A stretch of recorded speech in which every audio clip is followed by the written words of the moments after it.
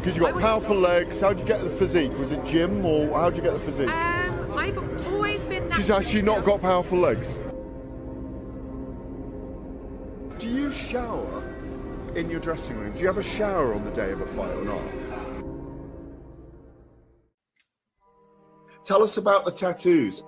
Shut the fuck up, you little prick. But then I've got the Phoenix.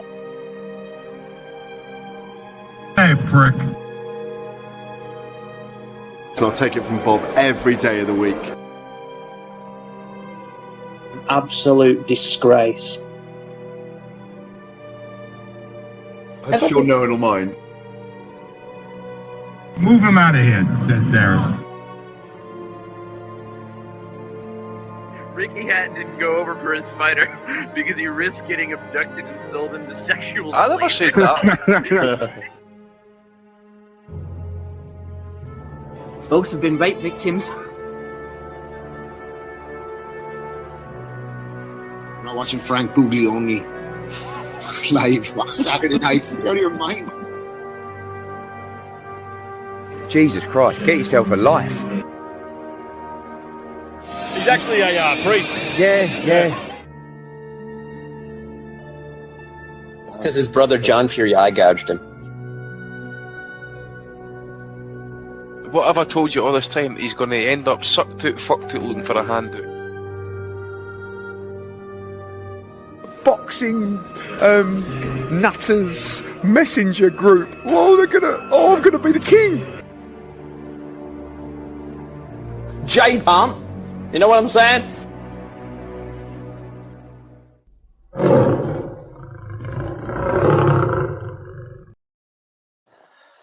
Welcome, folks, to the 631st edition of the Boxing Asylum Nuthouse. Happy to be with you every Sunday at 8 o'clock in the UK, 12 Pacific time in the United States. Want some more of the action? Check us out, patreon.com/Boxing Asylum. Get in on more of the fun. With us today, we got Justin. I think last week with Wellings just took it out of everybody. They're still recovering. And we'll see if Rob makes it on before we go, but we got a few things to cover. It's just a soft kind of spot in the schedule in boxing here, and obviously Canelo and Crawford is going to be sucking most of the oxygen out of the room, and we'll obviously be talking about that one.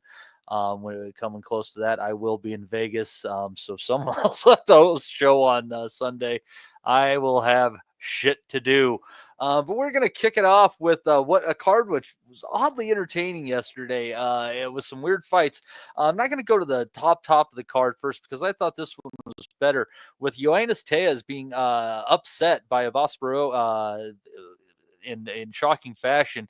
Baraou pushed him back a lot of the times, even though he's not a hard puncher or a concussive puncher, he puts them together well enough. He landed some really swift combinations on him, just tried to keep Tellez on the back foot as much as he can. Tellez is a great puncher, though. He landed some clean, sharp shots, but normally him being the guy who finishes the show late, he actually found himself on his ass in the waning seconds of the 12th round there, sealing the victory on most scorecards for us, but Baraou winning wide on some of the judges' cards there, surprisingly. But, I think you could probably score it that way if you want to. There was enough swing rounds, but, man, it was a good fight. That 12th round actually had some good back and forth action before Tellez found his way onto the floor. Definitely a round of the year contender for me, Justin, and quite the upset too. I think it's funny because we've seen Baraou fight 5 or 7 times. He's never fought like this before, ever. I've never seen him fight the way he did. Come forward, throw as many shots as he was throwing. If he could have punched a little bit harder, that fight wouldn't even have went the distance, because he was landing clean shots. He controlled the ring, did what he kind of wanted to do. Tellez just was on the back foot the whole time, trying to box him, counter him, and Baraou just kind of overwhelmed him I think starting around like the fifth Well, and he or did a good job taking the steam off He of did. Tellez's shots too. He didn't. Tellez landed some good, clean shots, some uppercuts in there, but he didn't land those just wicked bombs No. that we've been seeing him land for the first 10 fights of his career. That's why I said that, because announcers kept saying it. Every fight that Tellez does, he doesn't have like that. I'm going to knock you out in the first 30-second power. It's sort of like you said. He wears you down with the body shots. He just he's got that thumping power, and he's so precise that he just eventually starts to really beat you down. But Baraou, I think the big part of that fight was too, he took the shots. He didn't take any of the big ones, but he still took pretty much whatever Tellez had. I don't think Tellez was ready. His corner, I don't think anybody was ready for Baraou to come out like that. He wasn't prepared for that. I don't think I told you I wasn't. I've seen him fight. When he lost to Jack Kolkai, I kind of thought, okay, well, that's his ceiling, because Kolkai was kind of well past it, and Baraou, he still had that Olympic style. He still had that amateur style. He didn't sit down on his punches. He was a completely different person last night. I don't think anybody expected him to come in and fight the way he did, to take the shots the way he did, because I don't think Tellez ever really hurt him. He might have stunned him maybe once. But starting in like round 5 or 6, he really started to overwhelm and really start to put it on Tellez. And then Tellez come back, I think it was like round 10 or 11, he looked a little bit better. He kind of got a little rhythm. And then in the 12th round was like I think you said round of the year. That was a great round. They just started beating the shit out of each other. Mm-hmm. And Tellez just couldn't take it. Somebody had to go down. And Tellez was the one that somebody had to go, and he couldn't take it. I did not see that coming. I don't think anybody expected that upset, and there's no way anybody would have thought that Tellez would have lost like that. Maybe lose, but not to have his face busted up, be laid out on the ground. I don't think anybody saw that coming. And Baraou, man, he surprised me. I never saw that coming, ever. Yeah, and like Tellez, he felt like he lost the fight as soon as he hit the ground. Like that's it. Like his face looked like he almost was going to break out in tears. Like he knew he lost it at that point in time, no matter what. But the cars didn't even matter. He still would have lost even if he didn't go down. They're wide, and like 117, 110 was way too wide. I think Tellez did way more work than to be down by that much. I think it was closer than that. Going into the 12th, they were basically even as far as punches landed, with a little bit more activity from Baraou. And I think it might have been like Baraou did a good job closing some of the rounds, and he found himself. And there were moments where he found Tellez cornered, and he landed just really kind of like just short, over the top shots that were clean, bang on the chin, very visible. That kind of clean, effective punching that oftentimes should win a round, and it did. And maybe that's because we knew Tellez was not only favored by the books, but he was obviously the A side in this matchup, and just thinking that he'd get the lean in what there were a lot of close rounds, but one of those scorecards at least he got no leans in any No, he round. did. Well, see, Baraou did what a lot of fighters. Some fighters try to do. I think he was. I don't think he was stealing the rounds, but if you noticed, it was always about 45 seconds, 50 seconds left. Then he would just start pouring it on, and that's how you take rounds, because most judges, unless you really clearly won the first 2 minutes, just really pounded on them. If you've all of a sudden are just sitting there taking 25 shots in the last minute, you're never going to win a round. It's extremely hard to win a round if the other guy just dominates the final minute or so. And so that's what Baraou did. And I just think this fight comes down to, I don't think it's that Tellez is overrated or he's not as good as people thought he was. I just think Baraou was better than they thought he was. And he had more experience too. Did. They mentioned that at the beginning that way more. Tellez, it was him getting that WBC or whatever fucking interim belt that he had that he lost. It was too quick, and he needed another step in there, because Aircraft Carrier says 154 is scary good. It is, and it's also full of guys who can punch harder than Baraou. and fight coming forward in that method. They're combination punchers. And so, at that point in time, like Tellez, he needs to be able to fight those guys to excel at 154. And if Baraou is bullying you, well, Virgil Ortiz would knock him out. Yeah. Like Ortiz, Ennis is coming up to 154. All those guys would stop Tellez. Like he would not, because Tellez, every fight he has fought. I don't even think you would have beat Brandon Adams. I think Brandon's getting and Bahuchik are supposed to do it again on the Bud undercard. Adams, even coming off that loss against that Greek cat in the overtime boxing tournament, I think he had the perfect style. He's a bit more of a puncher than Baraou. Might be a bit too slow at this point. He has kind of lost about, I wouldn't say a step, but a half step. But even a guy like Brandon Adams, I'm saying, would have given Tellez, probably beaten him. Yeah, because the power he showed, that's not power that's going to win you world titles at 154. Because, like we said, Baraou, I'm not trying to take it away from him, but he's not one of the top guys, and he laid it on him. Didn't get hurt, didn't look uncomfortable at all the whole fight. Like I said, part of it was I think he was better than they thought. I don't think Tellez's power is legit power. I think he relies on wearing you down, punches you don't see, body work, just kind of his conditioning. That didn't work. If I did not see that coming. I don't think like I said it, I'm repeating myself, but I didn't see it coming.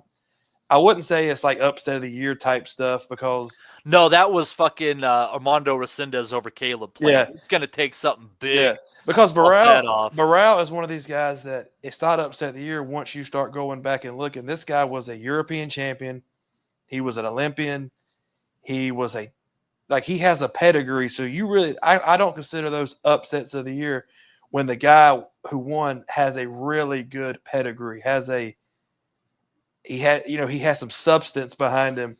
So that's not an upset. And it's also like, with a young fighter, there's a lot of unknowns still, and the books are kind of going off of what they can see at that point in time. But there's still a lot of unknowns, and somebody like that comes in and they absolutely exploit them. So it wasn't, so much as a huge upset. It's just now that the unknowns are known. Well, they can't want to go off about, and the announcers, everybody kept going on. Well, look what he did to Julian Williams. Look at this. Look at that. Julian Williams is washed beyond. Julian Williams shouldn't be fighting anymore.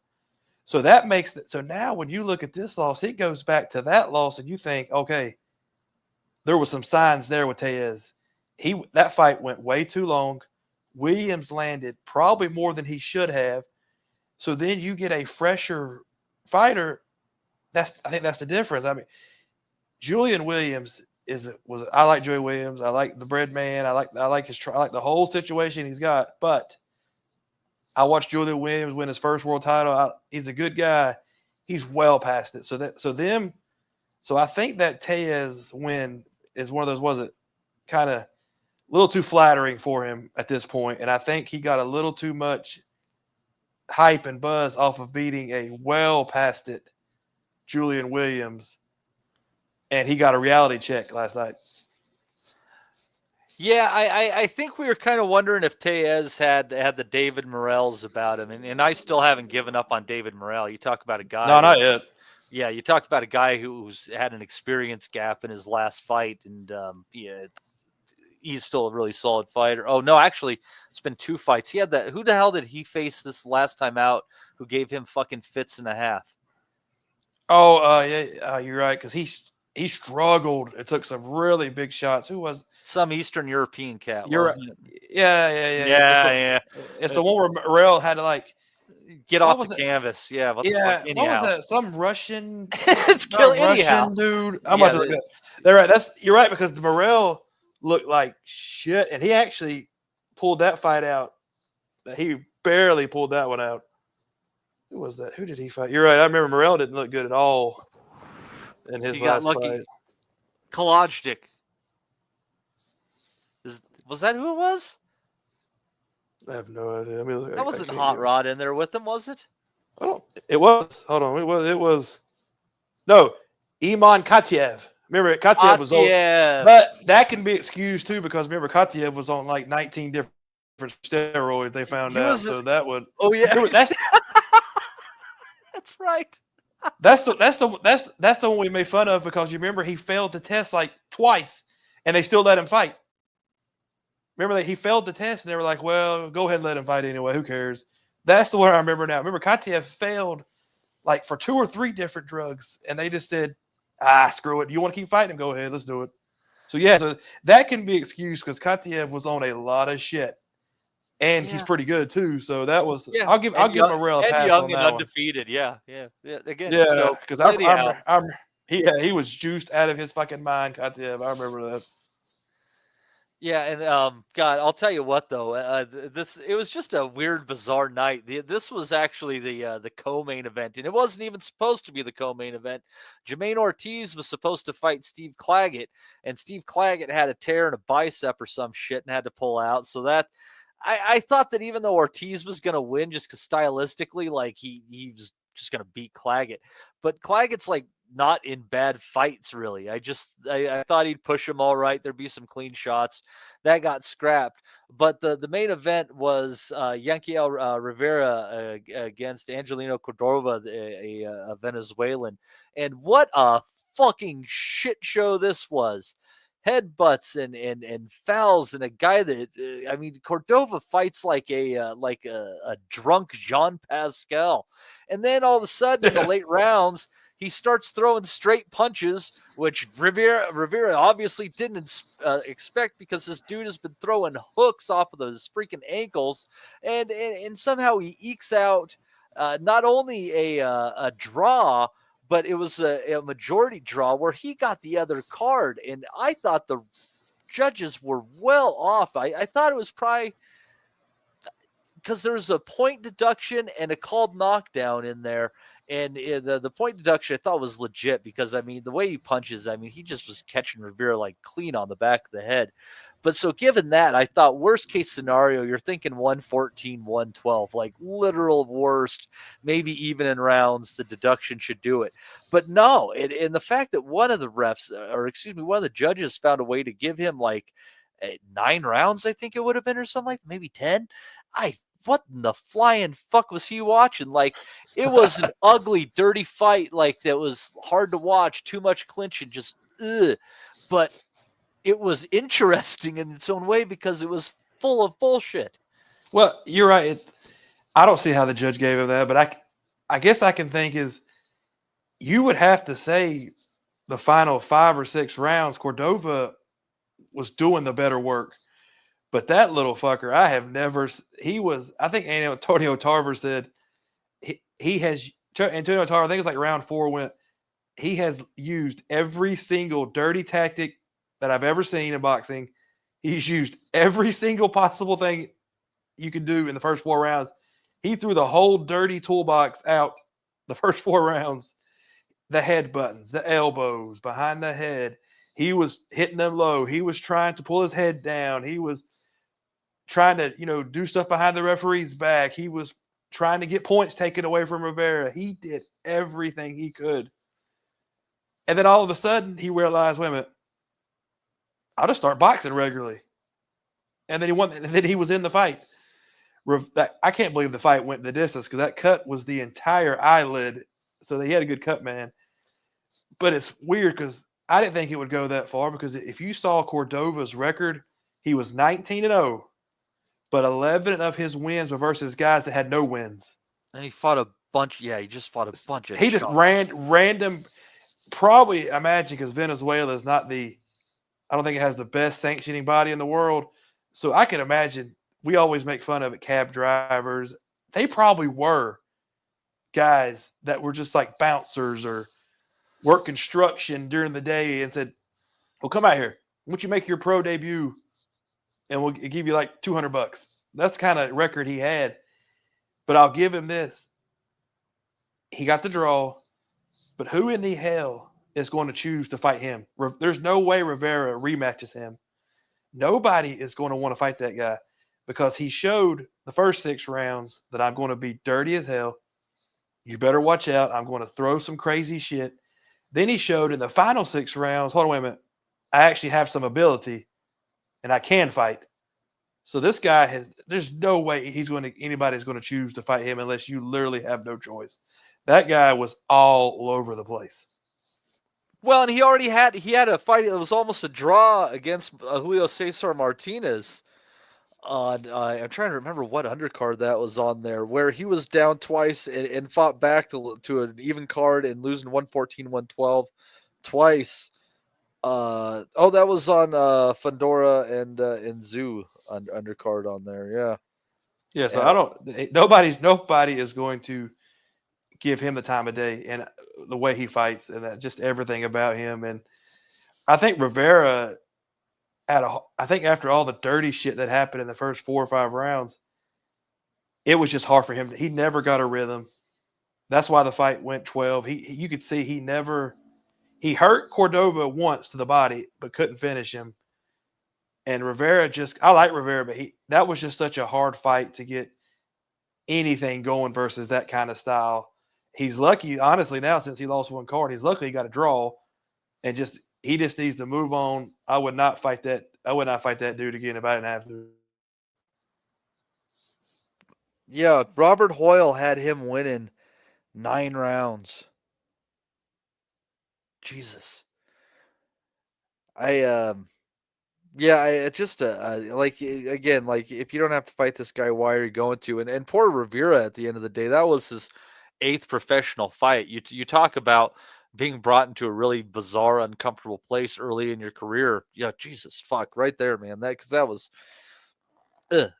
something else to watch there. One of the uglier fights that I've really seen in recent memory, off the top of my head at least, and hopefully we never have to see that again. But it was a draw, so you never know.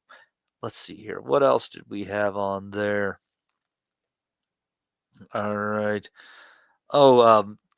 Lucas Body and Roger Gutierrez. Body dropped Gutierrez hard in the 6th, but it still ended up going the distance in this one. And Body, he's a good fighter. He's got a lot of power. I mean, he kind of made his name knocking out Ashton Silv out of nowhere.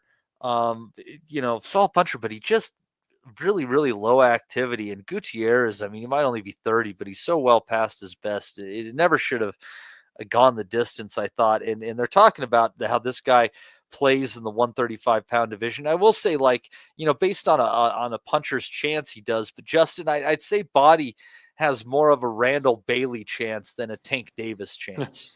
No pun intended, but he's just a body in the 135 division. I don't see his path to a world title. I don't think he beats anybody with a belt. Like you said yesterday, he's not active enough. Like I said yesterday, a minute ago, he's not active enough. Gutierrez has been past it for a while. Even though he's only 30, his best years are well behind Gutierrez. And he was able to land. He got out. I don't see, like you said, unless Body can land a shot out of nowhere like he did versus Sill, I don't see how he plays at 135. I don't think has enough skill to outbox any of those guys. It's just going to be one of those, like you just said, at Randall Bailey. He's just going to have to land a beautiful shot because he's not going to outwork. He's not going to outbox any of the top guys. I just don't think he plays at all with the top guys. But he has some kind of interim something right now, so somebody will have to fight him. Yeah, just one of those guys that I just remain unimpressed by. I mean, he landed that one freaking shot. Aircraft carrier, yes, mentioning Randall Bailey because he was a hell of a puncher. I mean, at one point in time, I would have said that Randall Bailey was the hardest puncher at 147 pounds without blinking an eye, but he didn't fucking throw enough. No. He sat on his goddamn hands. Who did he? Mike Jones. You're thinking of when he knocked out Mike Jones. I have never in my life watched a guy not do anything until all of a sudden, boom, one shot is over with. I mean, like you said, Randall Bailey threw five punches around. And that's the same thing with Body. He lost every second of every fucking round against Silv until he uncorked that one shot. It's very similar. it's almost like the Deontay Wilder thing, where it's like he can lose the first 9 rounds to Spilka, and still just completely send him to the hospital. That's kind of what Randall Bailey was. He just the most methodical, did not want to do any. Could you imagine how good Randall Bailey would have been if he actually threw some shots with his power? He just did not engage enough. But I still like watching his fights. Him and Kendall Holt, dude, were the two Yeah. guys. I'm like, why do you not let your fucking hands go? Kendall Holt, another guy averaged about, seemed like 12 punches around, but could absolutely punch through a wall. It just did not open up enough. So, I can't explain. I don't know. Some guys are. He dropped Bradley twice when they fought him. He dropped him in like the first or something like that, and then he dropped him, I think, in the 12th. Yeah, because his power, he just touch you, and you were going to feel it. Some guys are always like it. I don't know if it's a. I know it's not. They don't want to get. I don't want to take no shots. I got a weak chin, because those guys were tough dudes. It's just some people. That's just a style he got used to doing, and he could never get out of it. They're home run hitters. They're guys who will go out there and they'll bat fucking 265, but they're gonna uncork 40 a season. So of course you want them on. And people come to watch that shit.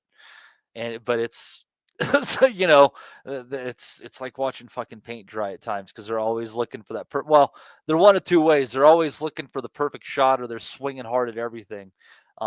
It's just body just doesn't do it for me. Doesn't do it for me. I know you didn't watch the chick fights on there. We had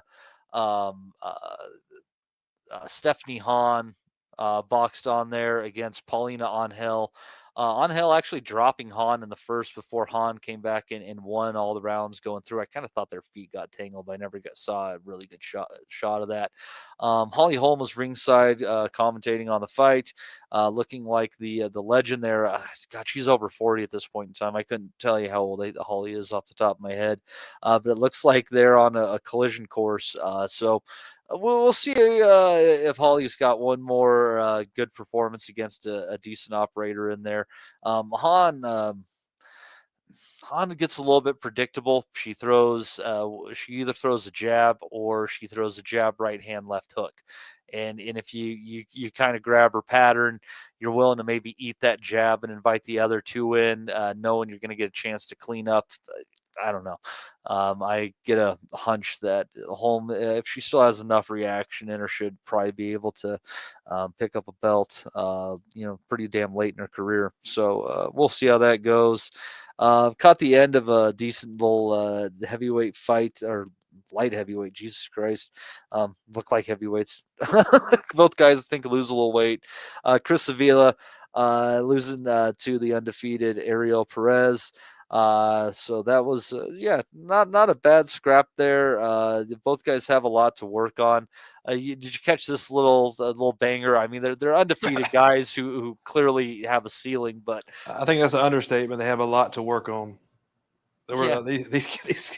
These guys just reminded me. Didn't they seem fat for light heavyweight? Yeah, they did. I thought they almost were like heavyweight. The cruiserweight. That's what I thought. They were both flabby for light heavyweight. They both had some conditioning issues. Neither one of them have really great boxing ability. I mean, I don't know where they go. They're not even going to be good opponents. I don't know how they even got on the card. They are years away, and I don't think even that would matter.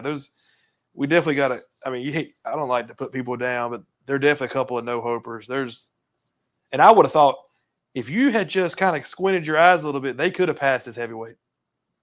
They just look way bigger than light heavyweight. Maybe because they were shorter guys and the weight just looked differently. But yeah, I never thought they were light heavyweight. Yeah, it was a shock when I looked down there. Light heavyweight, huh? Well, anyhow, let's see here. Jermaine Ortiz got a stoppage over Amber Batista. Didn't catch that one. Did you catch anything else on that card? No, that's it. All right. So that's what we got on that one. Let's see here. I just finished up with Chamberlain against Rafferty, man, and that was the only fight on that card I was able to catch. But a hell of a fight there, also ending in a draw. One of those fights between a long southpaw and a more short, squat orthodox fighter that produced lots of blood, some good clean shots, hugs at the end. They both seem to enjoy the battle. Entertaining way to kind of close my weekend there. What'd you think of that one, Justin? It was a good fight. I can't take Rafferty seriously because when's the last time we had a long-haired white guy do anything in the sport of boxing? Especially with cornrows. Yeah, he's a good fighter, but that just always gets me because I don't think we've ever had a white guy. Paulie when that, he did his cornrowed it up for a while. That's fake hair. Remember that was all extensions. that don't count. Remember they cut it out. That don't count. Against Lovemore and yeah, you. Yeah, that was on the hat and undercard against. Yeah, he had paid and I remember he paid like $200 to get those hair extensions too. They had to cut them all out, just rip them all out. But anyway, who was it? Yeah, the Hatton and Lascano was the main event. Yeah, yep. Juan Lascano, maybe the best nickname of any fighter. The Hispanic causing panic. Yes. To this, I mean, I like the Ding-a-ling Man, but I still think the Hispanic causing panic is my favorite boxing nickname of all time. It just rings off when they say it in the ring. That's probably my favorite of all time. Anyway, we underrated underrated puncher. He fucked he was Hatton good on more than a couple of rounds. Yeah, he was good because he caused panic, literally. But it was one of those deals that Chamberlain looked. Both guys, you can see why it was a draw. Because Rafferty was coming forward, landing some good shots. Chamberlain looked really good when he would start using his length and start opening up on his counters. He looked really good when he did that. He didn't do enough of that. Rafferty didn't do enough of what he was doing. That's why you get a draw. Both guys really couldn't hurt each other. They both landed some clean shots, and nobody really got hurt. They just beat each other up. But yeah, I think if Chamberlain could have stayed on the stick a little bit more and a little bit more with it, because he was fluid. I like watching him throw when he started countering him, but he just did. Neither guy really. It was a good fight. They'll probably do it. I mean, what else they're going to do? I imagine they're going to do it again. 100% they're going to fight again because I think they would be down for it. The crowd liked it. It was for the belts. What else are you going to do? So I'll watch it again because they're definitely going to rematch that. That'll be a good. Maybe you put that as the co-main on a good, on a bigger card, but they'll definitely do that again because that was a good fight. If it was, it was a pretty banging fight with the local love and stuff like that. That's something that they should try to do again. Headline. You would hope. Yeah. I mean, it could be a nice cheap support for something, but yeah, I think that do it again in 5 months. That's one of those things. Like you don't need to run it back in 3 or 4 months. Like give these guys a fucking chance to recover for it. Because it's one of those, like, especially coming off of a draw. If the second fight is anywhere in that same realm of entertainment, it's going to be a trilogy, right? And if the guy who lost the second fight wins the third fight, well, we're going 4 fucking times. I mean, they might have their next 14, 15 months planned out if everything goes a particular way and they both deliver. And I think based on styles, there's a good chance they could keep going again. Like, a long southpaw against a short squat right-hander. There's just all sorts of angles and ways for them to land different shots cleanly. And if they're willing to go fire it again, it's probably going to be another banger. Well, they don't get any fights in the UK like they used to because, the big fights are moved. They're all in Saudi Arabia. They just don't get them anymore. So yeah, definitely keep running these guys back because you got to give somebody something to watch over there, and you might as well put them back again. I think I don't know if the co-main. I can't remember. I watched like 2 or 3 fights. I don't remember who was the co-main in the fight before that. I can't remember. It wasn't a great card, but it was a solid card you'd expect for free, and it's a card that gets the crowd excited. So that's all you ask. But with them just taking all the fights away from them, they need fights like this. So, and these 2 guys aren't going to be anybody that Saudi Arabia is going to be busting the door down to take over there. So yeah, let these guys go 2 or 3 times, like you said. Let them just keep running them out there because They're going to headline, and after this fight, they'll make more money. I'm trying to see, yeah, what else do we have on there? Zach Miller against Leon Woodstock. That went to a decision. Let's see here, 4 cuts to the face from head clashes. Jesus Christ. Yeah, that was just a tough fight. But I think Woodstock definitely earned him some more money because he was brought in as the opponent. So he definitely earned himself another paycheck because he was tough. That was kind of a bloodbath. There was blood everywhere. Like you said, Woodstock was cut all up. The other guy was cut. That was a little rough one to watch. And I can't remember the one. I think I watched the one before that, and that was it. It says you got Jack Turner and Nicholas Augustin Muguruza. They're both undefeated, 115 pounds. Jack Turner got the win, 6-round stoppage. Yep, that was a decent fight. But I mean, undefeated Muguruza. You're telling who he beat to get that undefeated record. Muguruza. There we go. Muguruza. Yeah, Muguruza. But yeah, like I said, it's the kind of card that when I started watching boxing and started getting, because my dad got the little illegal stick when I was like 2000.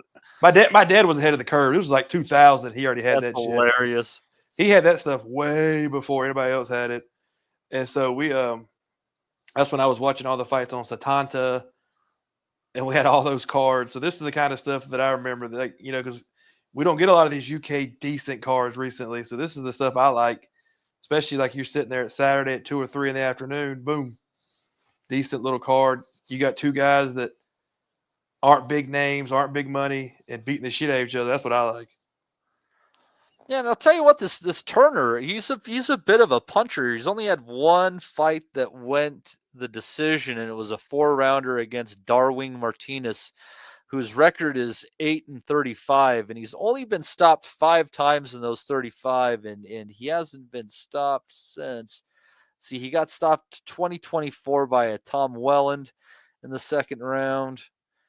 He got stopped in the 4th by Andrew Kane. There's a name we actually know. He went to points with Jack Bateson. Yeah, I mean, this guy. I mean, the only guy who went to who went the distance with him's got a good fucking beard, especially a 4-round contest. He lost to David Jimenez over in the 5th round. So yeah, the guy with some that's so I mean he's got some pop, so that'll be interesting. 115 pounder with some pop. I'm gonna have to probably go back and check that one out because it's always not all those younger those guys in the lower classes can bang, but taking out a lot of these dudes early in your career, that's rather impressive. We'll have to see how this guy goes. Al Terrier. Wonderful. So we had that, and then I know you didn't catch that the card from the other night. What the hell was on that card? Oh yeah, let's see here. Pull that one up. I know they said there was a good knockout on it, but I was which I missed. It was on family the shit prelims. I was doing family shit, so I didn't get to watch it. So yeah, that card was headlined by Corey Marksman. Getting a 7th round stoppage over Luis Yamil Martinez Nieves, who was 9-1 at the time, before getting stopped there by Mr. Marksman. I'm trying to see. And that was he only lost by a decision previously in a 6-rounder. So yeah, it'll be interesting to see where Marksman goes. He's a flashy guy. He's got skills. He's confident, maybe a little too confident. He's got a little bit of that Adrian Broner about him. I'm not going to lie. And his choice in trunks, I'm not too sure of. It kind of looked like a 1970s bath mat. But very, very talented guy there is Corey Marksman. He is from the Florida area.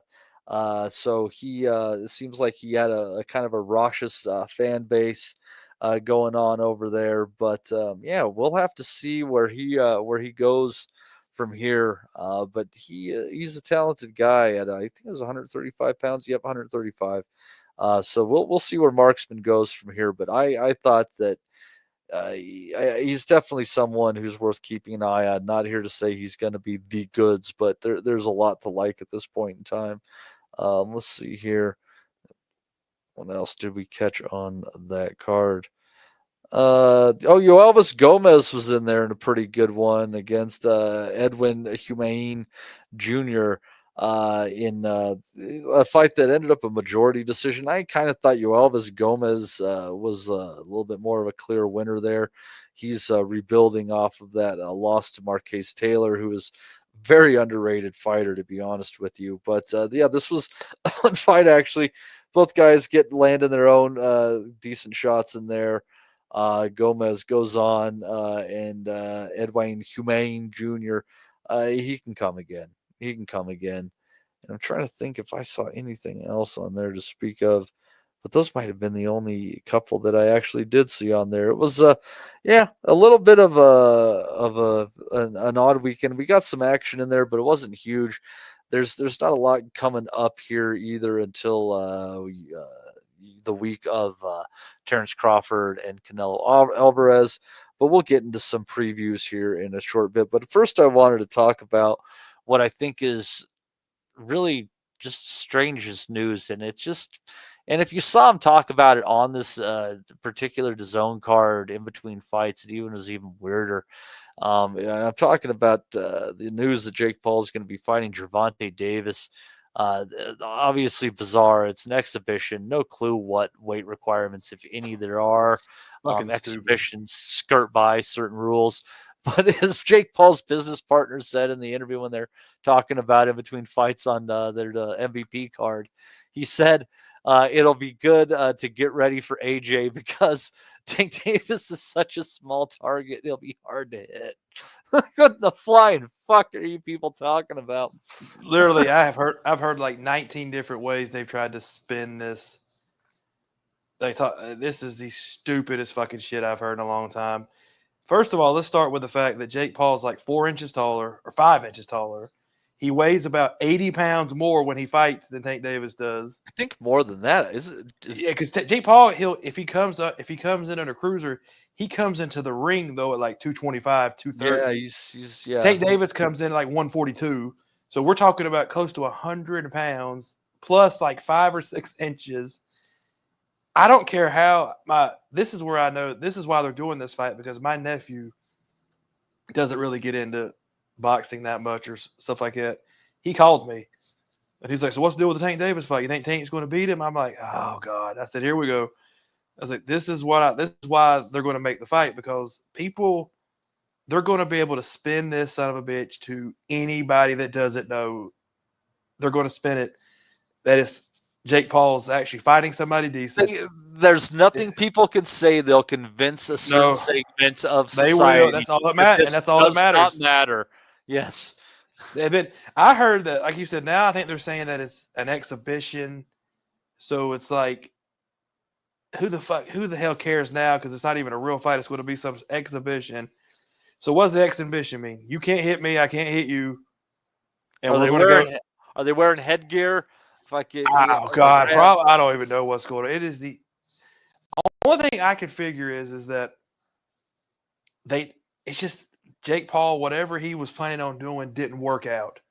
And so this is like the defaults, because I just don't. Is it that, or is it that Roach didn't, or is it that Davis didn't want anything to do with Roach? Well, see, I don't know. It's got to be a cash out, because Davis has got so much.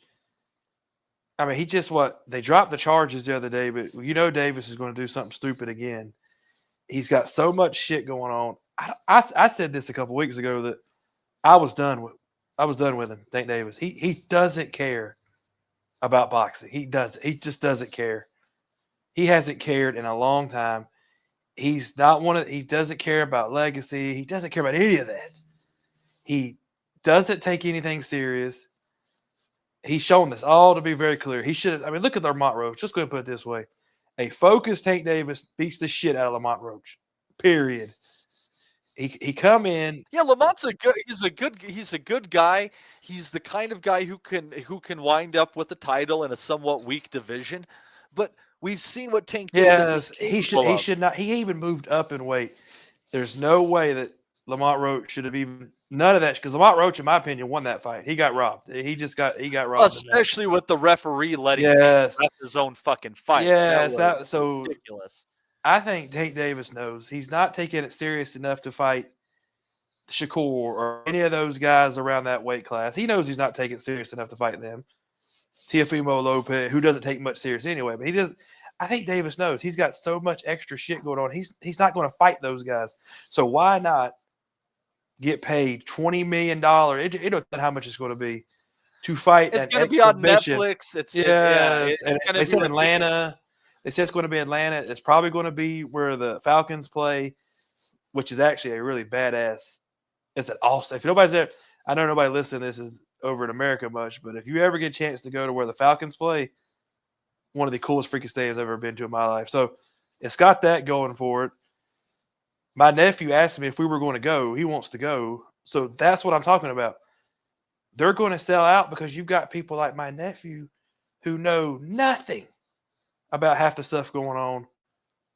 But they're like, oh, Jake Paul's fighting a pound for pound undefeated top 5 guy. People know who Tank Davis is. Boom. There's your money. I don't know why you'd want to go pay to watch it next. I don't even know how they're going to work. It's going to look really stupid in the ring when you've got Tank Davis coming in so little compared to Jake Paul. It's going to look stupid. I don't know how. Apparently, Jake Paul is trying to build the fight up by saying that the reason he took this fight, and this is where they're going to sell it, is because he needs to shut up Tank Davis's mouth, because Tank Davis needs to get his name out his mouth. You know, people say that shit. He's like, he's been making fun of me and saying I wasn't a real boxer. Well, I'm going to shut it up now. That's how he's building the fight, that this is a feud, that him and Tank Davis have been feuding and that he has to shut him up. So they're going to fight each other at the press conferences. They're going to throw chairs. They're going to do all this crazy shit that all fake. But like we said, the casuals, the people that don't know, are going to eat this freaking alive. And they're going to sell a shit ton of tickets. They're going to make a ton of money off the stupidest event we've seen in a long time.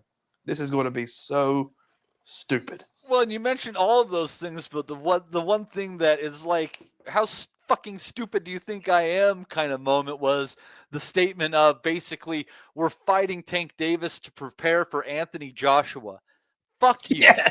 Fuck you. Fuck you. That's what I'm saying. That's the stuff they've been saying. Stupid stuff like the Tank Davis's power will get us in a rhythm for Joshua's power. Come on. Tank Davis can punch. Anthony Joshua is a massive man who punches way harder than Tank Davis does. So that makes no sense. 250-pound man. Fucking, it's just fucking pure force, man. That makes no sense.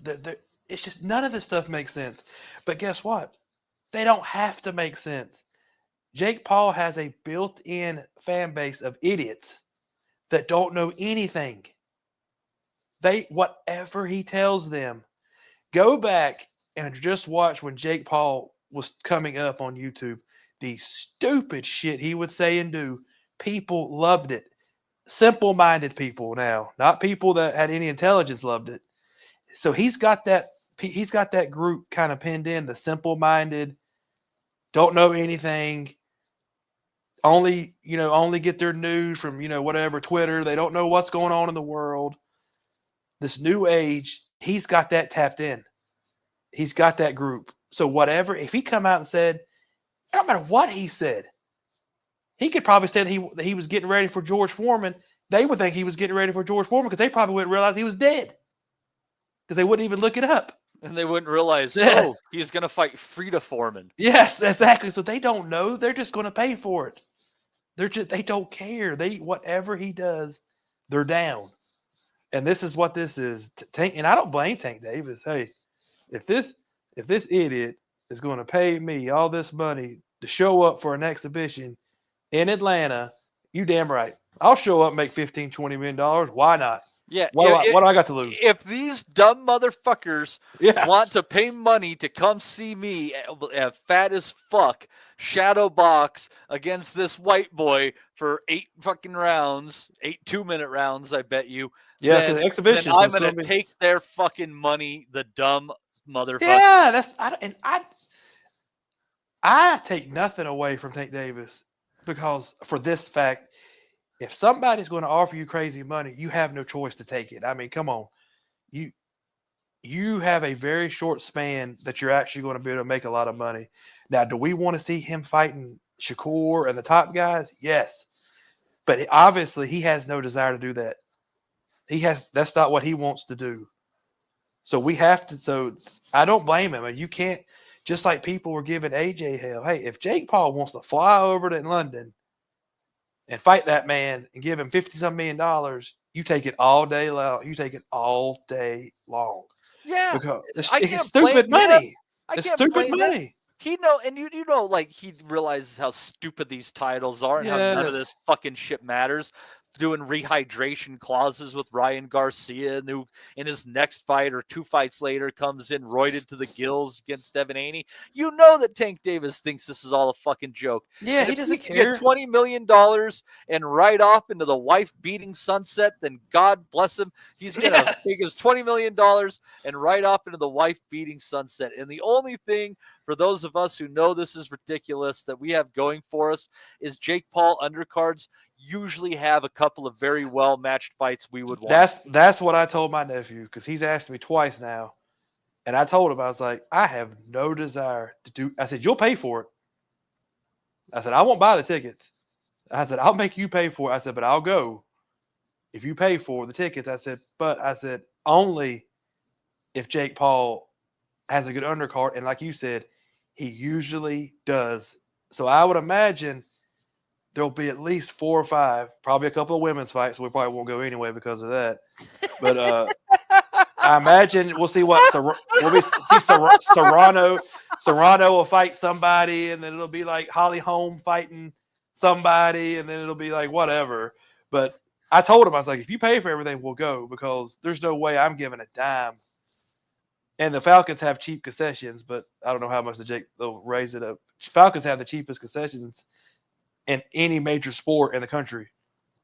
So I don't know if they'll raise the prices up for that, but because I remember the Falcons owner come out and said, he said, the people in my community are poor. I'm not charging them $10 for a soda.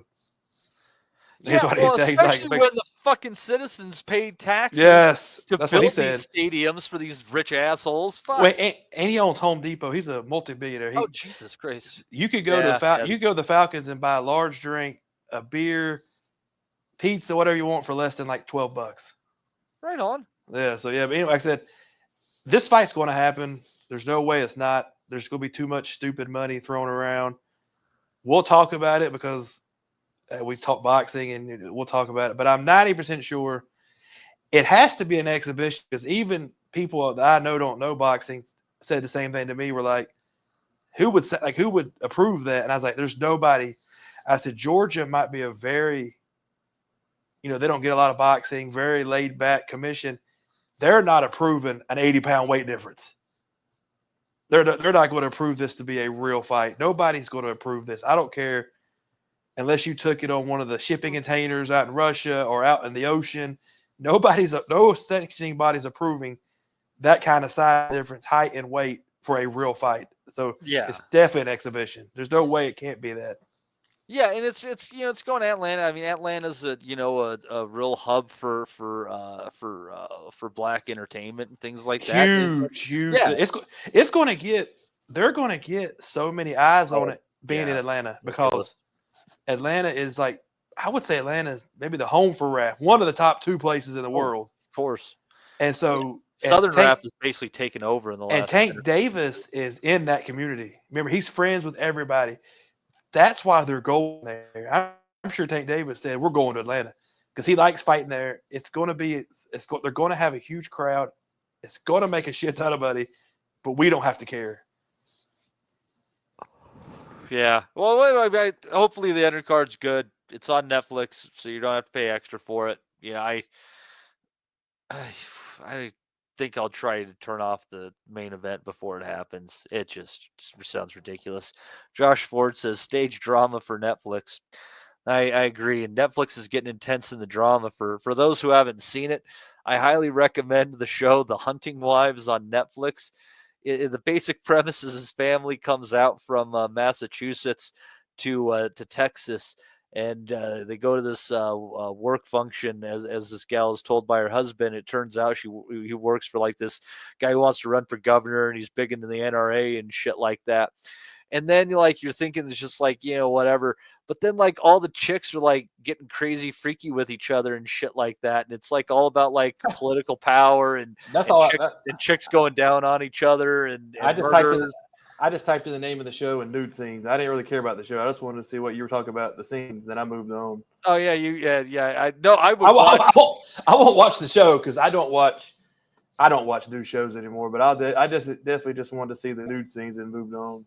No, I would highly recommend them. Yeah, it's cougars getting freaky with each other, basically. Like just like women's boxing. I knew who was fighting last night because I looked them up on Instagram to see what their training methods were, what they look like, and then I moved on to something else. Just like Sandy Ryan. I don't give a shit about watching Sandy Ryan, but she's got a big kick lately where she just does like push-ups in a thong bikini in the middle of like everywhere in the public.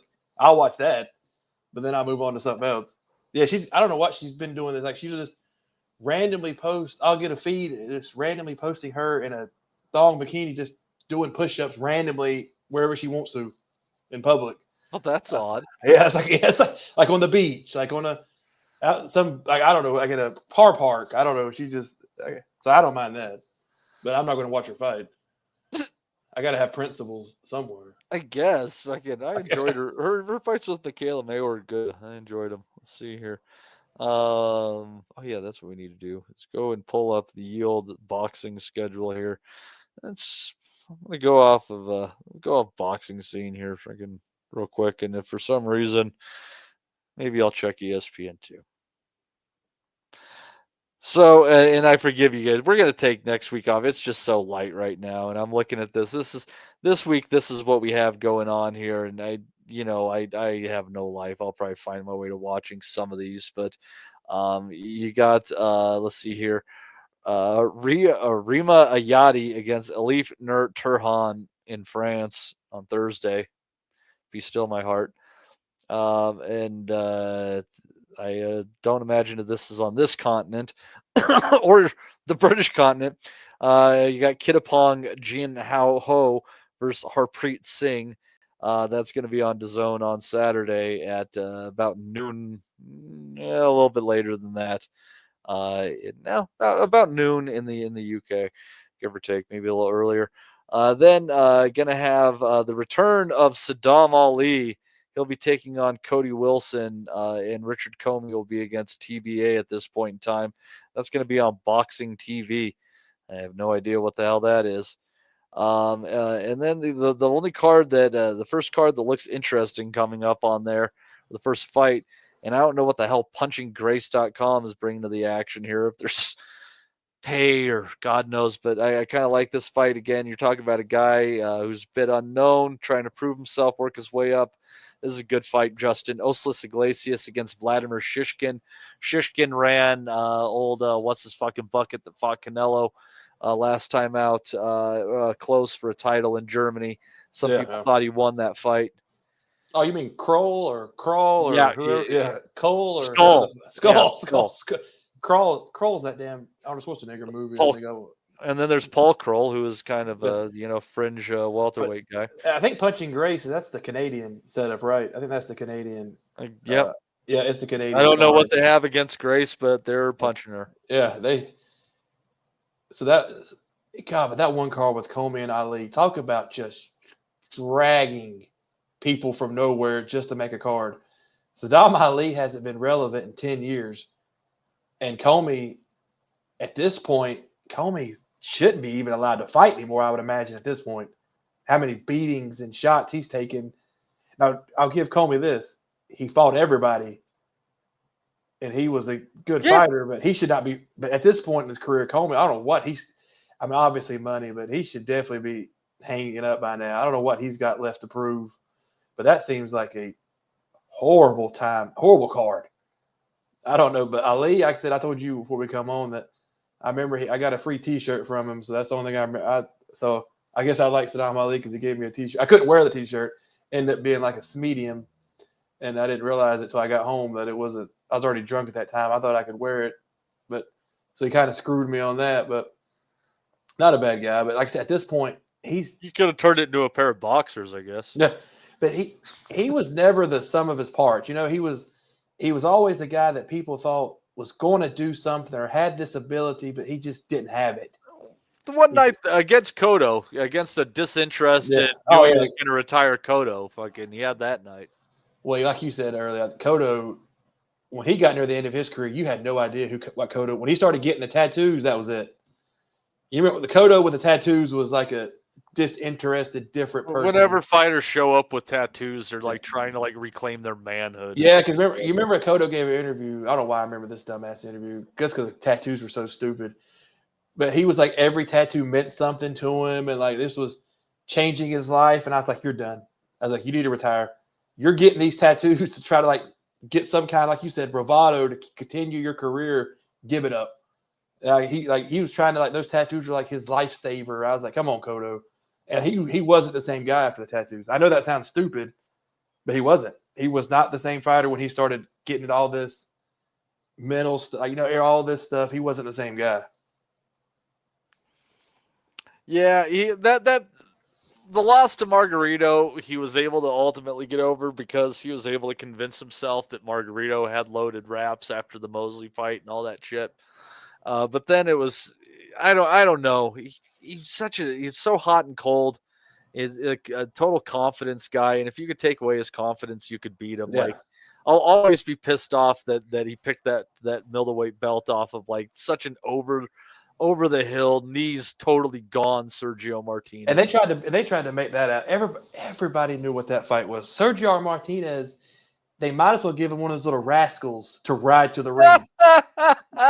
you remember he could not walk. He could not. When he got into the ring, he could not even bounce up and down. His knees were completely gone. He had the legs of like an 80-year-old man. And they made that out like Cotto had just beat a prime haggler. And Martinez, all that was a straight, he sold the belt. That was a straight, I'll take the fight. You give me this amount of money because I know I'm not going to win. And he just sold his belt. Cotto bought it. That's all that was. So they could set up the other things. But Cotto just bought that belt. And then Cotto versus Canelo was a pretty good competitive fight. Cotto wasn't bad in that fight. He wasn't bad. We knew he was good against Floyd too. Like, again, so hot and fucking cold. He was. Cotto was a good fighter though. Yeah, Martinez. I don't know what. I guarantee he got at least $5 to $10 million to sell that. Oh yeah, to sell that belt. It was a good payday. He didn't even spar for that fight. He couldn't walk. I imagine all he could do was just stand there and hit the heavy bag with his left and right, and maybe pick up some dumbbells. He was doing a lot of stuff on the paddleboard. Just there's nothing you can do when your legs are gone. Like he had like ACL surgeries. He's done. Yeah, sadly. But yeah, again, Iglesias and Shishkin, that's a good fight. That's a good measuring stick for Iglesias. So put that fight on Thursday on your radar. And then after that, we're going to have Mick Conlon and Jack Bates, and that's going to be on Channel 5 and Triller. Oh, boy. On Friday, September 5th from Dublin. That night on Pro Box, going to have Jordan White and Renee Tejas-Giron, Solomon Sagawa, who we saw give Carrington all sorts of fits, taking on Brian Acosta, who gave Ramon Cardenas a lot of fits and put him down in their fight on Pro Box before Cardenas got the call to fight Inoue. Jonathan Cardoso against Luis Torres on there. That's a decent card. Then Saturday, you'll have Eduardo Nunez defending his belt for the first time against Christopher Diaz Velez. 1 L. The L is hard. 2 L's. It is that's going to be from Mexico. Pat McCormick against Miguel Parra that same day. Going to be from Houghton Lee Spring in the UK. Oscar Valdez going to be fighting in Nogales, Mexico that night. Oh my, how the mighty have fallen against Ricky Medina. And that'll take us to when we'll actually do a show. Man, I don't know about those cards. I mean, a few good names, but honestly, at first glance, and I'd have to kind of like dig in, I guess, on some of those UK cards because sometimes they have a few sneaky good fights on there. But honestly, Justin, that Pro Box card is the best one of the fucking bunch. As far as the whole card, yeah, I'll watch Eduardo Nunez. I mean, I'll watch that fight. But you're right, card wise, yeah. And Oscar Valdez, he's scraping. I don't know what he's got left. He's another one of these guys. It's like I don't know what he's got left to prove. He's well past it by now. Valdez is, but hey, I don't know how much money they're giving him to fight in near his hometown, but they get on him. I mean, he wants to keep going. But we talked about this earlier. Boxing, this is I guess it's because you got Canelo coming up, but this last almost month has been nothing. And usually this is not a fast time anyway. This is, we've already, because right after the summer high, we kind of get this little, but it's been about a month, and next week I don't think anybody listening is going to care a lot about next week. Pro Box, me and you'll watch Pro Box just because we watch Pro Box stuff, but I don't think anybody's going to be. I think that's why we're not. There's nothing important coming on. There's nothing. 2 weeks, basically. Yeah, there's nothing. There's nothing until Canelo fights. There's nothing until that card that's worth anything that you would like sit there and say I got to talk about or I can't miss it. And Conlon against Jack Bateson could be good, and that's just because Mick Conlon always finds himself in a fight. Oh, no, Jack Bateson.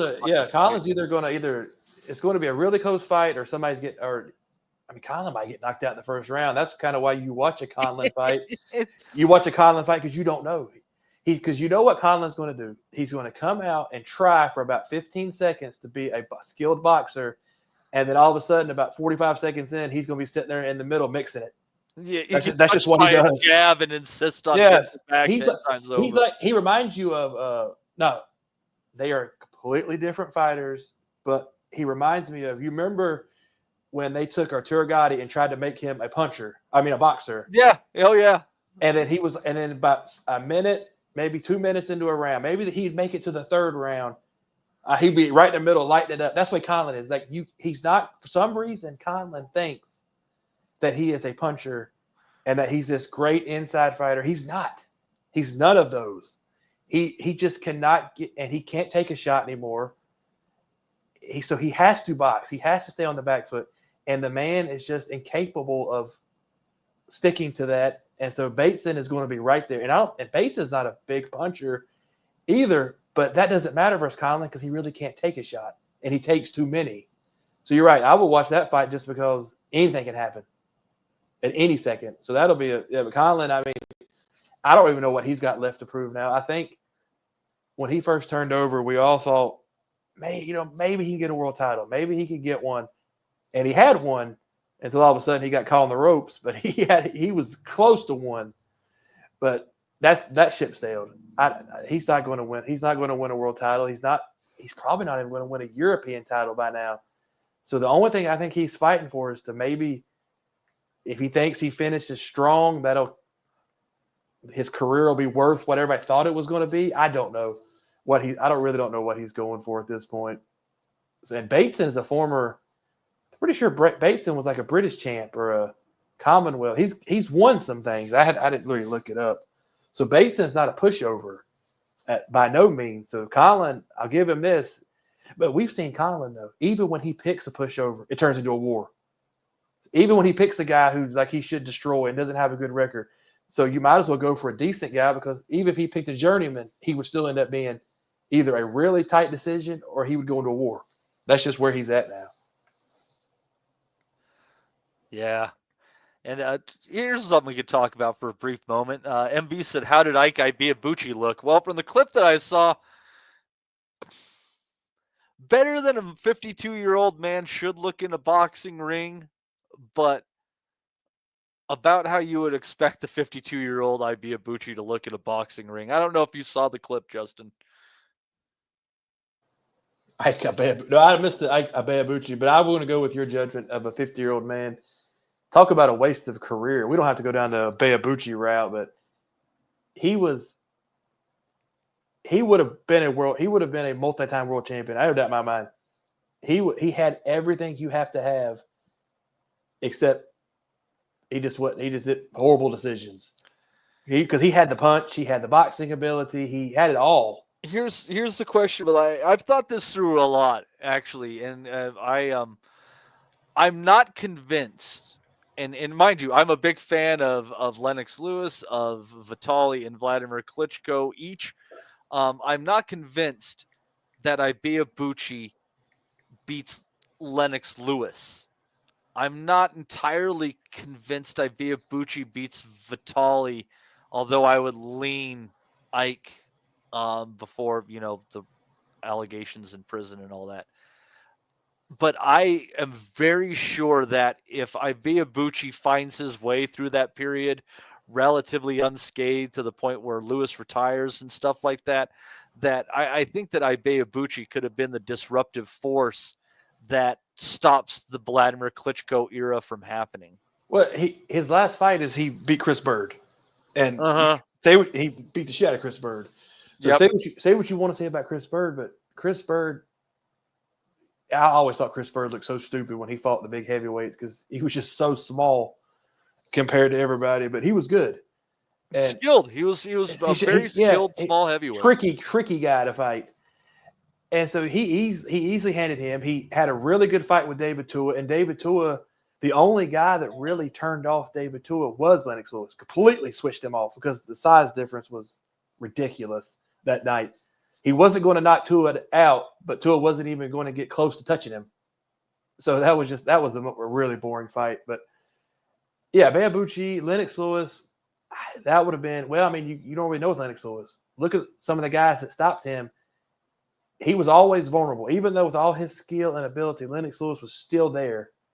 He was always there because Rockman got him. Was it McCall got him? He was still there. You could get him. But I would think, I think it would be a great fight, but I'll tell you where I've come down on it. Because the thought on believing just because this guy, this big African dude specifically, is so hard, so rough, such a fucking banger with an engine that there's no way that this guy's going to be able to hang with him. But the guy does, and then some, and ultimately stops him. And I'm kind of thinking it's like a heavyweight fucking Mugabe against Hagler. Yeah.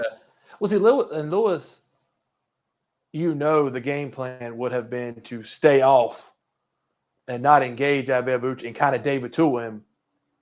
And so I think that's how he would have won the fight. It would have been decision. I don't think he would have stopped Ibeabuchi. I don't think Ibeabuchi, of course, would have stopped him.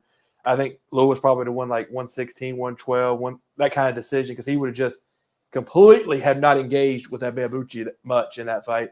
Like he would have been trying to walk him into a lot of right hands. Yeah, but get him low, walk him into a right hand where he can't really necessarily pivot. If he got young Vladimir, he knocks young Vladimir out. Mm-hmm. He stops him. But if he gets later in his life, Vladimir beats him just because his style, he would just have completely shut him down.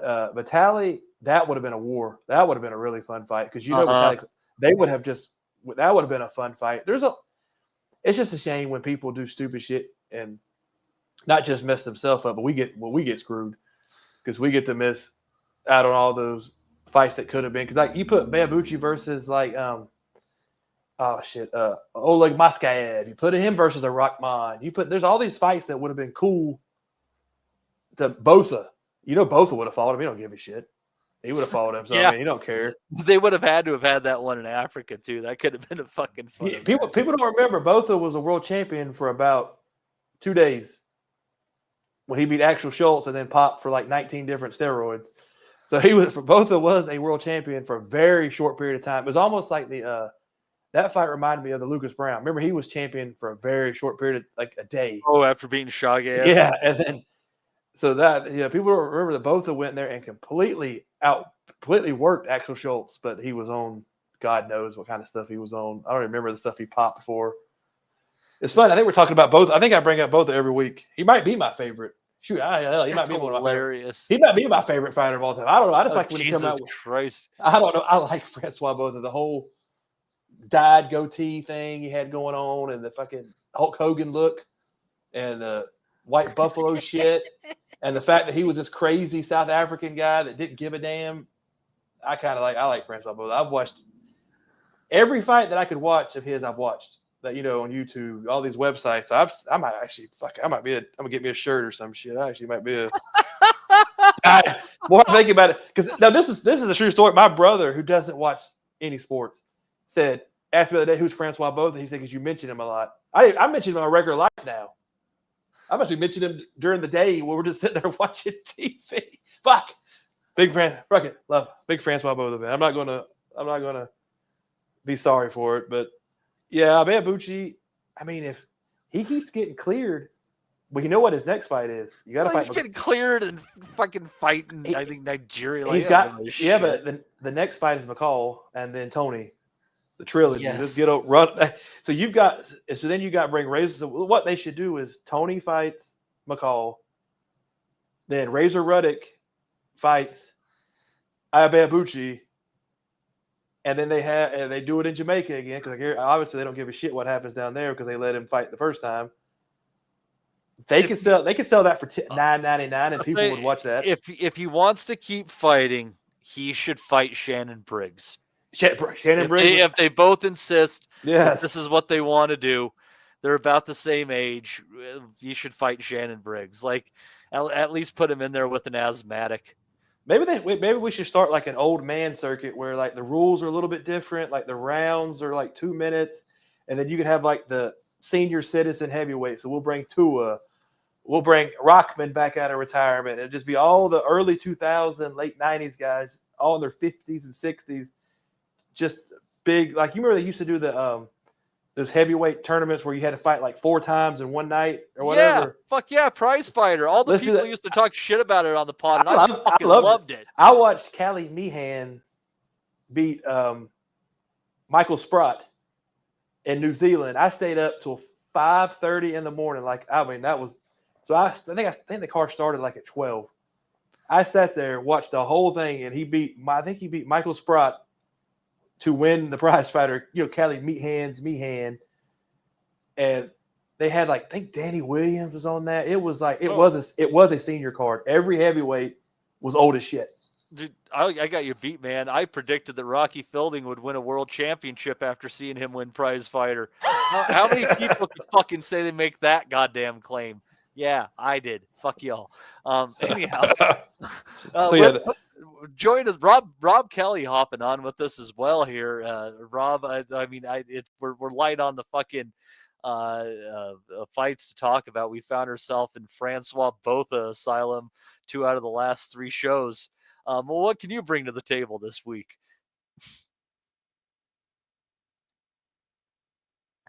In terms of anything I saw, because I didn't see anything for the week. I actually thought we were off today for some reason. When I wasn't catching up. So we probably should have done. I suppose the main talking point was the fucking this Jake Paul. Thanks David, I'm sure we've pumping it already. Yeah, we have talked about how stupid that is. Yes. It's stupid, but in terms of like Gervonta Davis, like just a waste of a career, like a waste of a career. And like people say, look, I've seen mixed reviews online. People say like, Gervonta Davis can't feed his kids with legacy. Listen, Gervonta Davis should be able to feed his kids with the fuck about the money he's after making in the sport already. Not saying he should cap his earning potential, but his record, like, you're going back, I don't know. You're going back. Pedraza is still probably his best win. That was fucking nearly 10 years ago.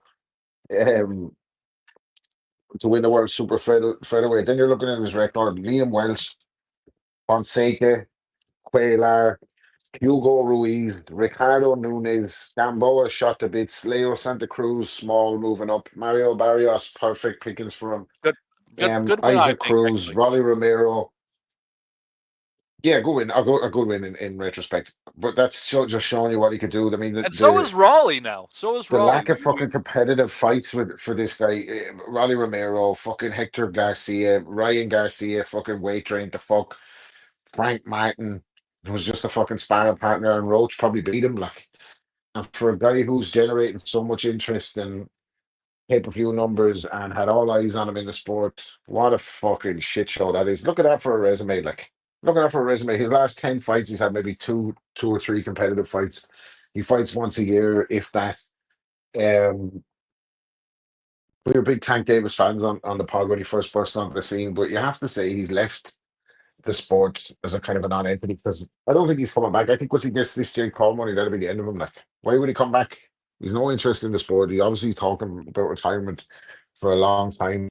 Um, maybe he doesn't love boxing like that, like or whatever. But for that to be the spectacle on Netflix, like I've no problem with the Netflix Katie Taylor, Amanda Serrano thing.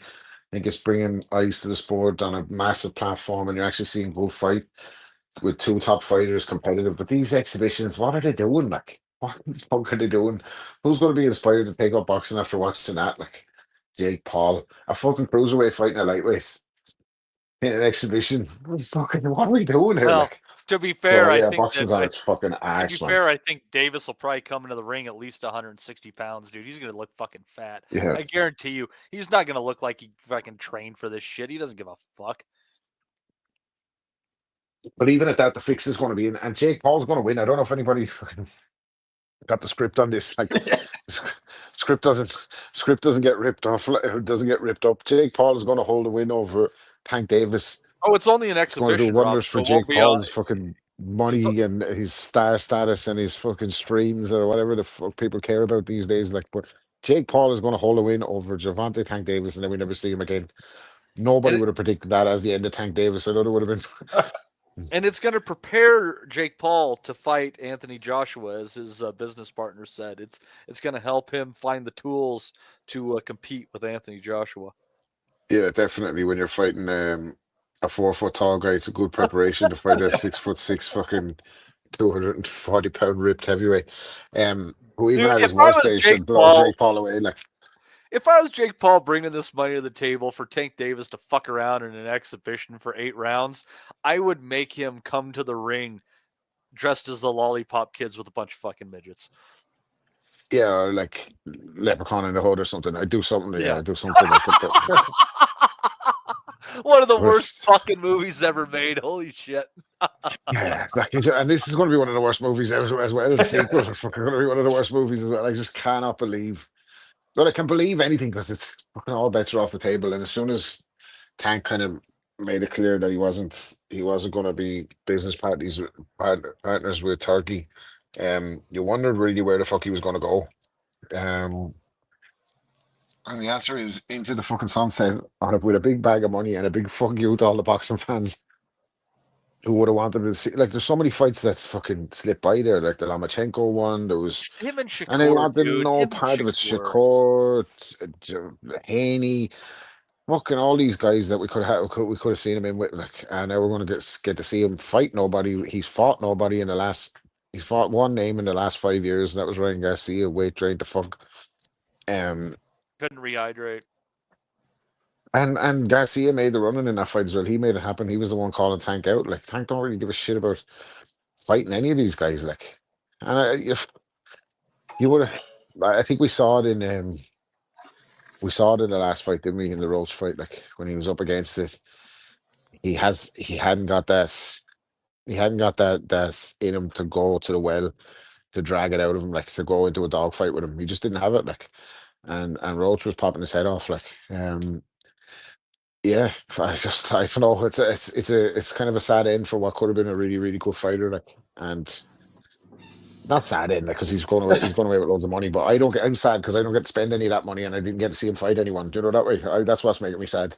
But that's the generation we live in now. That he's going to retire. That he's going to retire, move on, and hadn't done fuck all. But people are going to act like he did fuck all, and his legacy. Tank Davis, like you could say he might be in the Hall of Fame, but fuck, he didn't beat anybody to get in the Hall of Fame. He didn't. But he acts like. Guarantee you the narrative will be Yeah, you're right. The narrative will be around him at 3 years' time. He was one of the best at his time. He was one of the most explosive featherweights and fucking fighting fucking nobodies. Yeah, absolutely nobody. We said earlier, it's like Tank doesn't have the drive. He's like the Roach fight, like you said, summed it up very clearly. He should have beat the shit out of Lamont Roach, but he didn't care. He didn't train. He didn't give a damn about that fight. He didn't even want to be there. You could tell he didn't give a shit about being there. He was like. He thought that Roach was going to be a little bit easier knockover, and when Roach kind of just actually fought him, and Tank didn't give a fuck. I mean, Roach actually should have beat him anyway. They should have took the point for the fucking grease in the eye or whatever the fuck he had, and then so Yeah, David. But I don't. But on the other hand, me and Matt talked about it. You can't blame Davis. If fucking dumbass Jake Paul and Netflix are going to give you like $20 million, obviously, take it all day long. Do you know what I mean? If I could fucking even get a fucking job on the commentary, I'd take it. I'd be singing the praises of this fight, saying it was the greatest thing that ever happened. But yeah, no, obviously, like life-changing money, you can't. When they wave that kind of bread around, all bets are off. And we don't have to fight for it. Any fighter that I kind of criticize Tank Davis, but probably any fighter would take a ticket for this a win in the Jake Paul lottery, like, because they know you're robbing the bank. But I blame Floyd and McGregor for all this shit, like, because that was really that we've always had exhibitions in there. Because these people, you know, you get your boxing pure like purists as well, but then your elite snobs in boxing trivia and history and stuff, and they go, well, actually, Muhammad Ali had an exhibition against him. All right, like that was fucking 45 years ago. Like it wasn't like a fucking regular occurrence. Nowadays we have exhibitions and it everywhere. Fucked up his career, dude. His legs were never the same after he let that fucker kick him every other round. Yeah. So it's like we didn't see it in the 80s. There was none of that fucking exhibition shit. It was just the fighters fighting each other. It just crept in with that Floyd and when the Floyd and McGregor realized that the two of them could fucking crack the bank together, that just opened the door for the YouTube boxers, the misfits, and this crossover shit. And it's never kind of come back. That those exhibitions are always there. Even fucking Ward talk about coming back there to fight Joshua and stuff. Like joke fights are making up the. So yeah, these 10 weeks when there's not really much happening. And then that's the announcement. It's just like, what the where the fuck's this place going? Remember, they used to do this shit before, but you remember it used to be like Jose Canseco against the dude whose wife bit his dick off. Yeah. Like, it was. What's his name?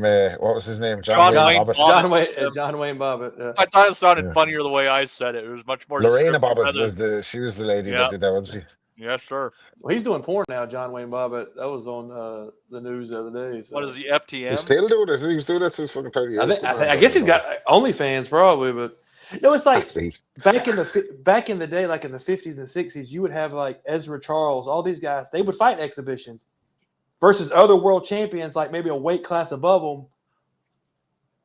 That's the kind of shit they did. They would, They would do it 6 weeks before they defend their actual fucking title against a killer. And what they would do is that would be like a way for them to make a little extra money.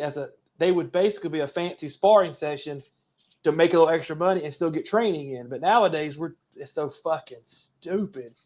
And everybody's talking shit about Joshua because they're saying he must have missed the boat. He didn't miss anything. Once Jake Paul wins this exhibition, he'll fight Joshua. Then Joshua can fight him then if he wants to. Yeah, that fight's gonna be there for Joshua if he'd be there for him in 2 years' time if he wanted it. Yeah. I just wish to get the guy get it. I wish he'd fucking go into something else now. Like, you know what I mean? Do what he want to do, like next UFC or something. Take the fucking circus over there because this boxing thing is too easy. Like, it's just shit. Like, just for the sport. I don't see it bringing anything at all to the sport. So yeah. That was it, really. Everything's a ridiculous spectacle, man. It's just like everything's falling apart with this, and it's like how they're having the UFC fight at the White House apparently on the 4th of July on the 250th anniversary of the country and shit. You know, they turn in everything into a spectacle where absolutely nothing is sacred, and it should all be sold down to the absolute fucking pennies worth that it can be at any moment in time. That's one of the listeners there made a great point. It was like, what's in it for the spectator? Like, even the casual spectator, what is in it for him? Like, it's not even like it's a fucking cruiserweight and a fucking featherweight fight in exhibition. What's the upside to the neutral here? Like, what's the selling point? It's just the cheapest, tritest fucking contrived cash grab we've ever fucking seen right in front of our eyes in the sport in the last while. Like, fucking horrible. Like, why should it be different than anything else? That's the entire fucking world right now. Does it ever? It's just like the sport. This exhibition makes the fucking McGregor Mayweather one look like fucking Barrera versus Morales. Like. Everything around us is being stripped and sold for fucking parts, man. Well, Jake Paul's going to be like 230. Davis is going to be like 145, 150, and there's like a 6-inch height difference. But they're still going to sell it as if, because I told Matt, Jake Paul has already started selling the fight by saying that Gervonta Davis has been talking shit about him, and he needs to shut his mouth. And they have some feud. I didn't even know they had a feud, but I guess they've had a feud now where Davis has been calling him out, and it's time for him to shut him up. You weigh 100 more pounds. My cousin asked me this. He was like, "Is Davis going to win?" I said, "Technical wise, skill wise, he should kill Jake Paul." I said, "But he's 100 pounds less." Yeah, when you're that much bigger than somebody else, and he's very training hard. every day, Yeah. and he's not fucking dope. There's no dope tested for this fight. Yeah, and Jake Paul you know what I mean? Jake Paul's not any good, but he's not like terrible either, where like he can't defend himself. So he's got that right hand. Jake Paul's right hand is a legitimately decent punch. You remember when he fought Nate Robinson? I think Tank Davis is like the size of Nate Robinson. But pretty much that was ridiculous. So this is going to be. And if there's probably something in the contract where they both finish the fight and it finishes. Oh, there's no way Tank Davis, no way in front of his. Like, do you remember when Floyd tagged Logan Paul and it looked like he held him up from hitting the canvas? Like, fuck, gonna fucking have to owe him $50,000. Oh, up. Well, look at the Tyson fight. How many times did Tyson? You visually saw Tyson hold his punches. Hold him. He'll hold him. Pull him When you're almost 60 years old, it's easier to say he just doesn't have the reflex to do it. Tyson, there was a bunch of times he knew what he was doing. He knew he's doing this because he's paying you for your name. You better not throw that shot. He had a bunch of opportunities. Yeah. I can't say I didn't even watch that. I just saw I woke up the next day and all I know is I didn't go for the okie doke. Like when everyone was like, "Oh, Mike is in great shape," and I was like, "Really lazy." Like he had almost fatal illness a few weeks ago. This is I don't know what this is going to look like. And then but the casual again, there's people that don't watch boxing come up and say, "Oh, Mike is going to kill him." Like Michael knock him out, and then the young kids are thinking like Jake Paul's going to knock him out. Nobody's knocking anyone out. Who was? Des was convinced of that. He fucking got me convinced that thinking that Mike wasn't just there for a payday. And then after the first 2 rounds, oh yeah, damn it. I couldn't help thinking the fixtures in, and then when I saw the highlights the next day, I was like, here we are. This is it. This is it. This is the grift. Jake Paul made too many comments that he felt bad for Mike, and that was his childhood hero, and he wanted to help him out by giving him some money. You don't say that kind of shit if you think the guy might knock you out. Yeah. He knew exactly. That was like, I want to help you out. You're going to make money. I want to make money. But if you even try to throw a punch on me, then you probably don't get paid. Yeah, and then it's like I think I always thought that Jake Paul was building up to the Canelo fight, and the Canelo fight was a legitimate opponent, wasn't it? Canelo's got too much pride. Apparently, he was talking about taking that instead of taking Benavidez there a while back, before Turkey made the Crawford fight. Yeah, they probably got coming up soon, by the way, isn't it? But I bet you they got into negotiations and they had an NDA within the negotiations, and Canelo got the information. He's like, "No, we're not doing this." Yeah, maybe so. How far are we out for that fight? That fight's like 3 weeks out, isn't it? Yeah, fucking. I was talking to Donnie the other day. We're going to be fucking watching that in less than 3 weeks. You know the good thing about Canelo is he's got "don't fuck with me" money. He doesn't need Jake Paul money. So he doesn't have to do this more shit. Money than Jake Paul. So Canelo doesn't have to go do stupid shit like that because he doesn't have to have the money. He's like, but the money that they would have generated together with his fan base, that's probably that was worth the conversation. So it probably is still. Well, I wouldn't rule it out. Like if he beats Crawford, I'd say he probably will take that Jake Paul fight. Here's the thing, though, in this sick world here, if it is the way it works, like Crawford will take it because he's in tight with him. He's in tight with him as well, isn't he? There are no morals, there are no ethics anymore, and this is how you fucking sell it because Jake Paul's a big Trump dude too. He's is pictured at his parties and shit like that, and with Tyson, funny enough, and fucking Canelo's fighting for his Mexican fucking people and shit like that. So you fucking wage it as like this fucking MAGA against the fucking Mexicans fucking fight, and it'll just blow the fuck up. It'll be so fucking huge. The wars, the press conferences basically write themselves and shit like that. And you just fucking rake the people over the coals over this very divisive issue. Because you're pushing every penny the fuck out of them that you can. Look at the two fan bases that you'd be bringing together. And I think Rob's right. The money would be ridiculous how much money that fight. Hey, but y'all keep talking. I got to go set this damn truck up for this woman that has a heart attack. So I'll talk to y'all later. Have a good one, dude. No doubt, dog. Yeah, it Setting was a shirt up for a woman about to have a heart attack. Very nice. keeping women from having a heart attack. Yeah, that's a public service as far as I'm concerned, at least where It's I come better than from. making him have a heart attack, you know. Yeah, that's what I fucking good at. But yeah, it's such a weak period in boxing here. And like I said, we're going to take next week off. We got Labor Day here a week from tomorrow. And just thinking like there's just not a whole lot on the schedule. I mean, you got Mick Conlon going in there against Jack Bateson in Dublin. I guess there's some interest maybe hopping around your neck of the woods for that, Rob. But, Yeah, we, Dean Welch is on from my town is on that card. I think he's got okay. two fights coming up. So, Mick, Mick needs a win, needs a convincing win to put himself back in the map. Don't know what it's going to look like. I haven't seen this opponent, but he should bring a good crowd with him down from Belfast down to Dublin, for the weekend. So he should do some numbers. Can't afford to look bad. Has to look good in every second, every round to try and put himself back in contention there. So, but yeah, again, tame in terms of. I think maybe Tyrone McKenna and Dylan Moore in the rematches on that one. Oh, that's not a bad fight. McKenna pulled the upset in the first one down in Waterford on Pro Box with Paulie and Chris Algieri. So I fancy McKenna again actually in the rematch, even though he's had He just seemed a bit too physical, didn't he? Yeah, he took heavy shots off Harold Newbank now. Whether that fucking has an effect on him because he's retired about 12 times at this time, Tyrone McKenna. Like, so this time I think it is his last fight.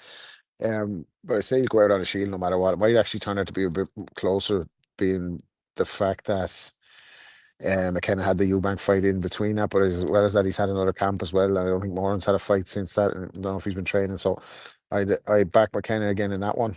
What do you think they're paying guys for fights like this? No idea. I'd say some of the guys on the card are obviously on ticket deals. Like, say it was a kind of a typical UK style show, even though it's in Dublin. I'd say a lot of them are on ticket deals. Obviously the opponents are going to get paid a certain amount of money. I wouldn't have an idea, dude. I wouldn't say it's life changing anyway. Put it that way. Would it be a number where where like you'd think like they're like, oh, I could get through the year on that, like fucking 60K kind of shit? I wouldn't imagine so. Like, I wouldn't imagine so. I don't know. I could be wrong, like, but I doubt it. God damn, it's amazing the amount of money people will take for some of the beatings they endure. I mean, especially a guy like McKenna, where every fucking fight it just is just rock'em sock'em. Goddamn. No, I could be wrong. I don't have any insights into that. Honestly, I could be wrong. Like, Ozzy was a good guy at that. Like, he used to know a lot of the fighters, so he knew roughly what lads were getting for certain fights and for sparring and for stuff like that. But yeah, it's a slog. Like, it's like. Boxing, man. It's like it's boxing's like any other thing. It's like music. It's like entertainment. It's like any other elite sport. There's about 50 elite athletes in the world that get paid the most money, and everybody else is making up the numbers. Unless you're in like NBA or Premier League soccer or something like that. Everything else low down is probably costing guys relying on sponsors and stuff like that as well to trade full time and stuff. So yeah. Yeah, I can't see there being massive bread here for fighters, especially when we haven't had pro fights here as well in so long. Like, so fucking rough, man. It's just like, and the thing about it's that like that's when it comes like being kind of not necessarily safety first, but hit and don't get hit mentality more so. Try and get out often, like yeah, you can get out more often. Like if you're going out there, like I don't care if it's only like 6 or 8 rounders. Like if you're taking shots, win, lose, or draw every single time out, like it's tough to like make it happen every 12 weeks. And you're gonna have to do it to make a living. And it's hard to climb the ladder if you're having to dump garbage cans or whatever the hell else the guys are having to do these days in the blue collar side to sort. Well, when I was growing up, like there was basically no pro fights in Ireland. Like, Brian Peters kind of brought it back when he brought Bernard Dunn back from America. He kind of started having Irish title fights and getting fights sanctioned and having fights in the Three Arena, or the Point as it was known back then, and had a star in Bernard Dunn. Like, and that kind of brought things back. And then obviously with the Regency stuff, obviously they stopped having the pro fights here. So Conlon has given fellas a chance to be on pro cards that probably would have best hope would have been going to England and being an opponent, that way. So it's good for them in that respect that they get to fight at home. As a lot of the Irish guys ended up in the UK, in Australia, in America, trying to have pro careers. So it's nice to have fellas, have pro fights here and maybe build something from the ground up, a domestic rivalry or something that'd sell. But yeah, I can't imagine around life-changing money for that card anyway. But I suppose we'd probably be better off, like, fucking, I know we're going to cover Crawford and Canelo down the line, like, but as that's getting closer and we see Bud's weight and everything, what were you thinking? I have more faith in him winning the further south from 168 he gets, away like down to about 164. Honestly, like Right. if I hate these guys who jump up and when they try to just come in like at the limit, like no, like keep your fucking speed, man. Like try to hold some of that. I don't know. I think it's going to be razor thing. I think Canelo's shown signs of regression the last couple of times out. He's slowing down. Obviously, he's a lot of miles on that clock, like a pro since he's 15. A lot of training camps, lots of sparring, lots and lots of camps. He's extremely active, especially in his 168 form. Canelo, like was buzzing through, every UK fucking super middleweight they're on. Sometimes not great opponents like Yildirim and that, but he's always been active, like super active, basically over the last 15 years. Like, so I think the signs of him slowing down are apparent, but Bud gets hit as well. Like, he's not like people used to compare him to Pernell Whitaker early in his career. I couldn't understand that comparison, like, because it's not, they're totally different fighters. Like, he's slick enough, slick to a degree. He's got great range, he's got great feet, but it's not like he's darts in and out or anything. He does get clipped and he can get caught over the top and stuff. So it really depends. Like, I don't know. I don't really know what it's going to look like. He's not a defensive master. Like, do you remember when boxing scene used to do like the grades for particular categories before big fights and shit like that? Like, I would put at this point in his career, I would put Bud's defense at a B plus, but I would have had him at an A minus at one point in time. And I would also but I would also rate Canelo similarly. I think Canelo gets hit too, but his beard is so good. Like, I think the last time we seen Canelo rocked and really hurt was against fucking Cotto on his HBO debut. Like, Cotto's older brother.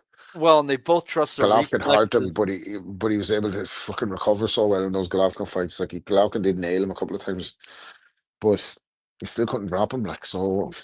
Well, they both trust their reflexes and they try to roll with shots so they could land the counter a lot. Like, a lot of it is like when you think they're like, I know what a clean shot is and you know what a clean shot is, but like the little touches that people might see, oh, look how often you get touched with that right hand. You're like, look how he moves with that right hand and follows it with his fucking left every single time. He knows what he's fucking doing. He's baiting that shot.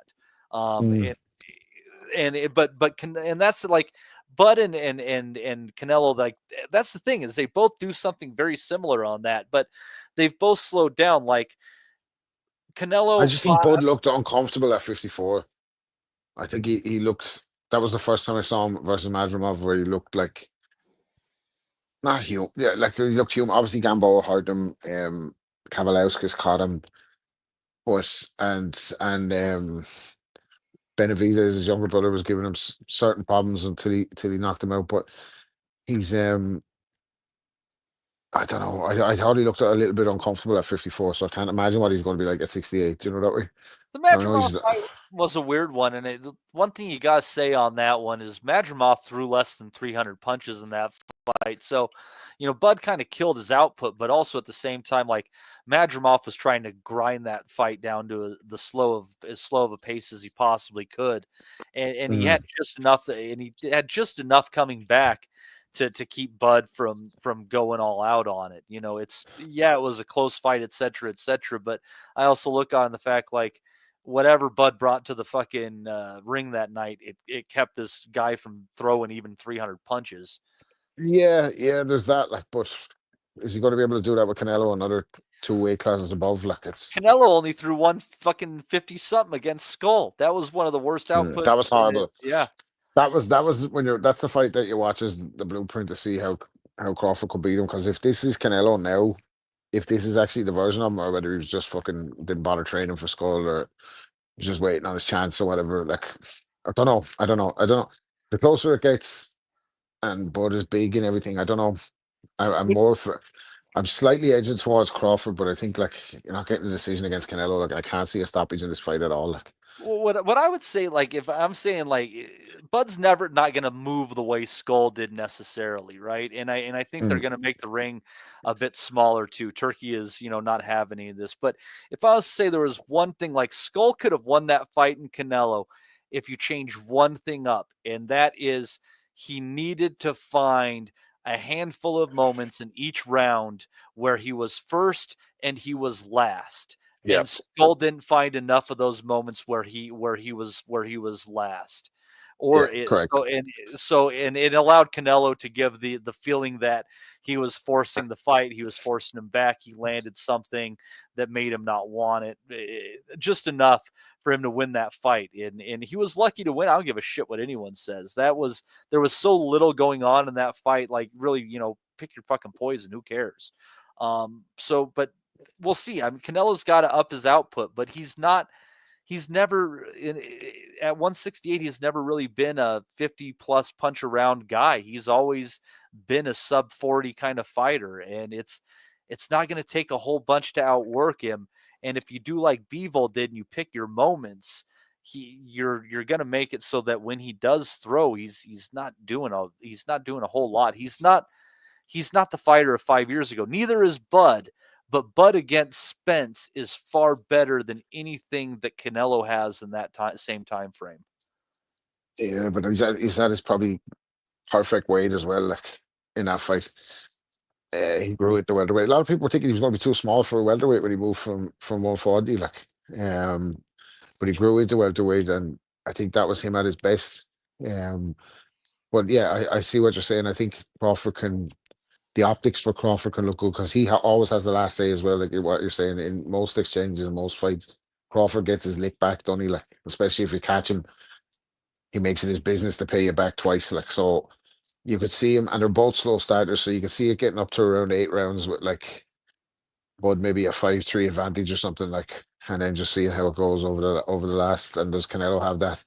He has that big back, doesn't he? Like, so he tires down the stretch sometimes. Like, so I don't think Crawford can stop him, but I think he could make a close decision. I just hope the fight itself actually delivers and it's not a stinker where Crawford kind of does enough to just get the win at the weight, and that's the where it's like risk averse or something. Like I don't know. I hope it delivers. Like. Yeah, the question is, it's going to be how much they're willing to engage physically, and it seems like Crawford is preparing himself for that. He's got that wrestling background that I don't know if people are talking enough about. They seem to think that he's going to get manhandled by Canelo inside, and I'm not entirely sold on that idea. I'm not saying he's going to have the advantage, but I think Canelo, after he does it a bit, he's going to realize that it's probably as much of an energy sap on him as it is on Bud at the end of the day to make it that what kind of fight.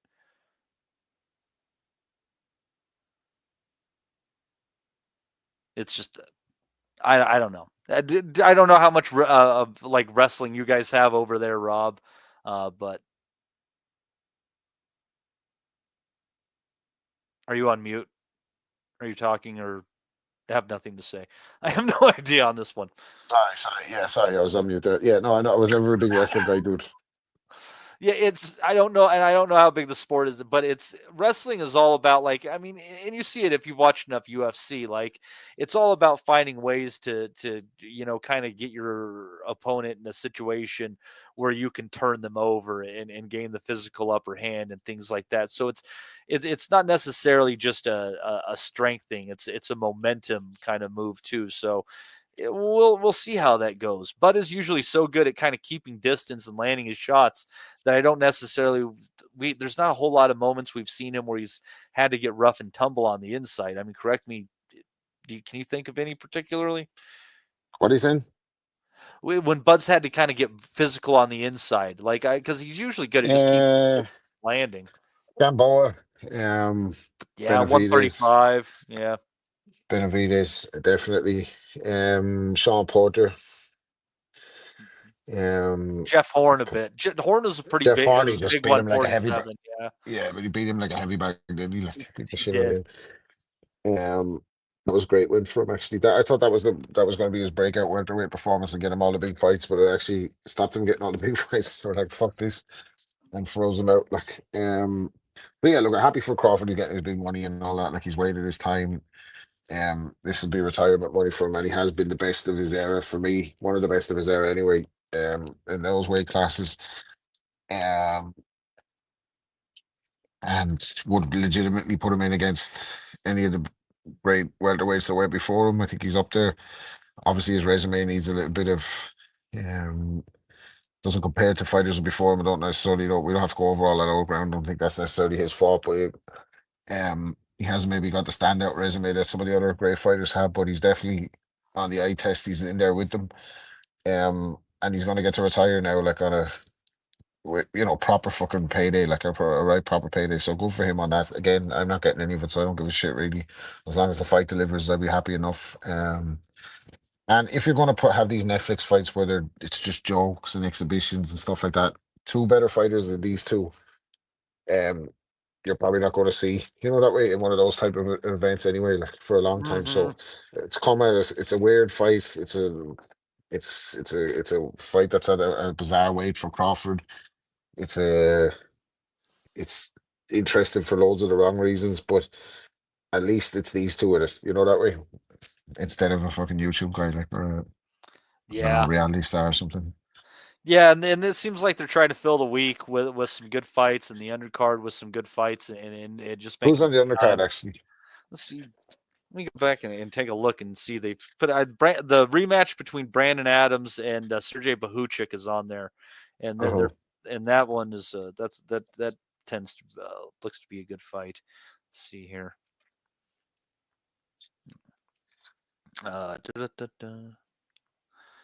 Jesus, there we go.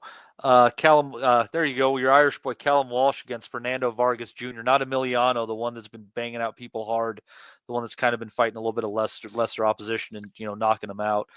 Christian and Billy and Lester Martinez. That's a good fight. Martinez is in camp with Crawford right now, and he I've seen him on Pro Box. Dude can flat out fucking bang. Muhammad Elakel against John Ornelas. I don't know about that one. A decent heavyweight fight between Evan Ditko and Jermaine Franklin. And then let's see here. Going to have Steven Nelson, who's I've seen. I think I saw him on the Crawford undercard in Omaha when he fought. What's his fucking bucket? Is in there against Reiko Santana. But yeah, I'd say that Callum Walsh. Fernando Vargas Jr. is an interesting fight, and Billy and Martinez definitely, and Bahuchik and Adams, that rematch. I think those three fights alone, at least two of them should be good. It sounds like the headliners are taking every shilling that's going at Netflix, but it's a big platform for those guys to box on that card. Like, just got to do their profile, and if they end up having like a classic on it, at least it's on that platform. Like. Well, and Callum Walsh has been hidden away on those UFC Fight Pass cards, basically his entire career. So this gives him a chance to show himself. Yeah, it'd be good for him to come home then off the back of that as well, because I think they had him at something in the 3 Arena or something. I don't really know if it sold much or whatever, but he's a talented fighter, like. But we don't know if Vargas is like either. So that could be the one to watch on the undercard. I have a feeling I'll just tune in for the main event that night, like. When it's on so late. And Billy and Martinez is going to be a good fight too, man. Fucking Martinez can fucking throw, man. It's going to be a good one. And again, I've always said, like, if Billy is good, he throws hard shots. He's got good speed, but he throws everything the same speed and just as hard as the one before it. Like, and someone's going to catch him in between shots. And if Martinez is that guy, he's going to fucking send his head into the fucking first row. But yeah, so how far in advance do you go out for? You go out like on Tuesday. Going on Tuesday. I'm going to spend a few days out there with the girlfriend before she heads out, and then I'll spend the rest with Donnie. So we'll go from relaxing to intense roller coaster ride. Are you going? You hitting the Venetian for a bit of the tables, or what are you doing? Yeah, we'll play a little bit. We'll play a little bit of blackjack for sure. Get out there. I don't know. I think the place I found you gotta trying to find the places that have the better table minimums and the ones that offer 3 to 2 on blackjack instead of like they're doing like 5 to 4s and shit now. And I found places that do 3 to 2 payouts and have $10 minimums on their tables. So that's what's the famous one that's there since the fucking beginning of time? What's that one? Circus, is it? Caesar's Palace? No, Circus. I think it's like, oh my god, man, this fucking place. You have to wipe your feet on the way out. Like everyone told us to go there because the minimum betting is low. Like, but fuck me, Jesus, I'd rather go get robbed at the fucking nice casinos. Like fucking hell.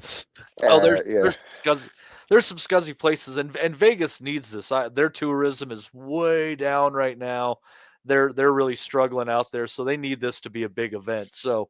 We'll see. Just be prepared for a $25 beers in the fucking venue. Like fucking hell, $25 for a beer in the Sphere. Like, dude, I refuse to fucking do it, man. I'll get one drink and a water or something like that and make it last. Like I don't just get a 6-pack in the fucking corner store, like, and fucking take it with you. It's just, that's ridiculous. Like, we'll go over to the $20 for a can of beer in the fucking Sphere. Give me a fucking can of Coors. It's $20. Give me a break.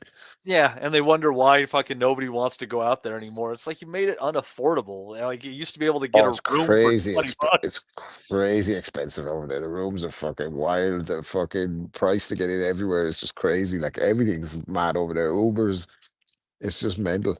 Yeah, you got to be rich to be broke in Vegas for sure. Yeah, but. Yeah, anyhow, it's looking to be a good time, and we will do the preview. I don't know how the review is going to go. Romano's for the Italian food, by the way. If you go to Romano's, let's say Bleak's friend Fred C owns Romano's out there in Vegas, and it's fucking serious. The Italian food, it's really, really good. Oh, you told me. Yeah, we're going to try to work that one in. It's very difficult trying to get everything in you can think of and stuff. Just because too much to do. Like, yeah, and some of it's far away from each other. But anyways, we'll talk more about this once we fucking end the show, and I'm going to do that right now. No doubt. But yeah, so yeah, thanks for coming on, Rob. Justin is on here with us today. We're going to take next week off again, guys. It's just slow as shit. I'd love to, think about, fantasy matches, this, that, and the other. But yeah, let's all take a break and we'll put it all in for Canelo versus Crawford because that's going to be one hell of an event. Hopefully one hell of a fight. And we hope that everybody gets to enjoy that one. We'll get your thoughts in on that one. We'll maybe bring in some people might do like a preview show or something like that. One little extra 100%. crowd interaction or something like that. But yeah, it's I think that it's going to be a big event, and we'll see how it goes. Like I said, it could be interesting with Vegas numbers being down in general. We'll find out, and if this one puts asses in seats and it's a big banger. Then you can kind of see how big it is, and only the ones that matter really penetrate the cultural zeitgeist. Fights like Jake Paul against Gervonta Davis. Anyhow, you folks have yourself a great week ahead. We'll see you in a couple. We'll never forget. Golly, that's good at me. Go to and move! We want to be honest, yeah? Crying like a little bitch. I've never met a fucking swank that can fight me. I fell asleep. I fell asleep. You're a fucking bum, you're a fucking asshole. Rumpo fucking Steltskin. But allegedly Oscar Rivas has failed a test. 7 urine. 7 urine. I will fucking smash fucking you. I hope you fucking die. Be safe. I love boxing sounds, simple as that.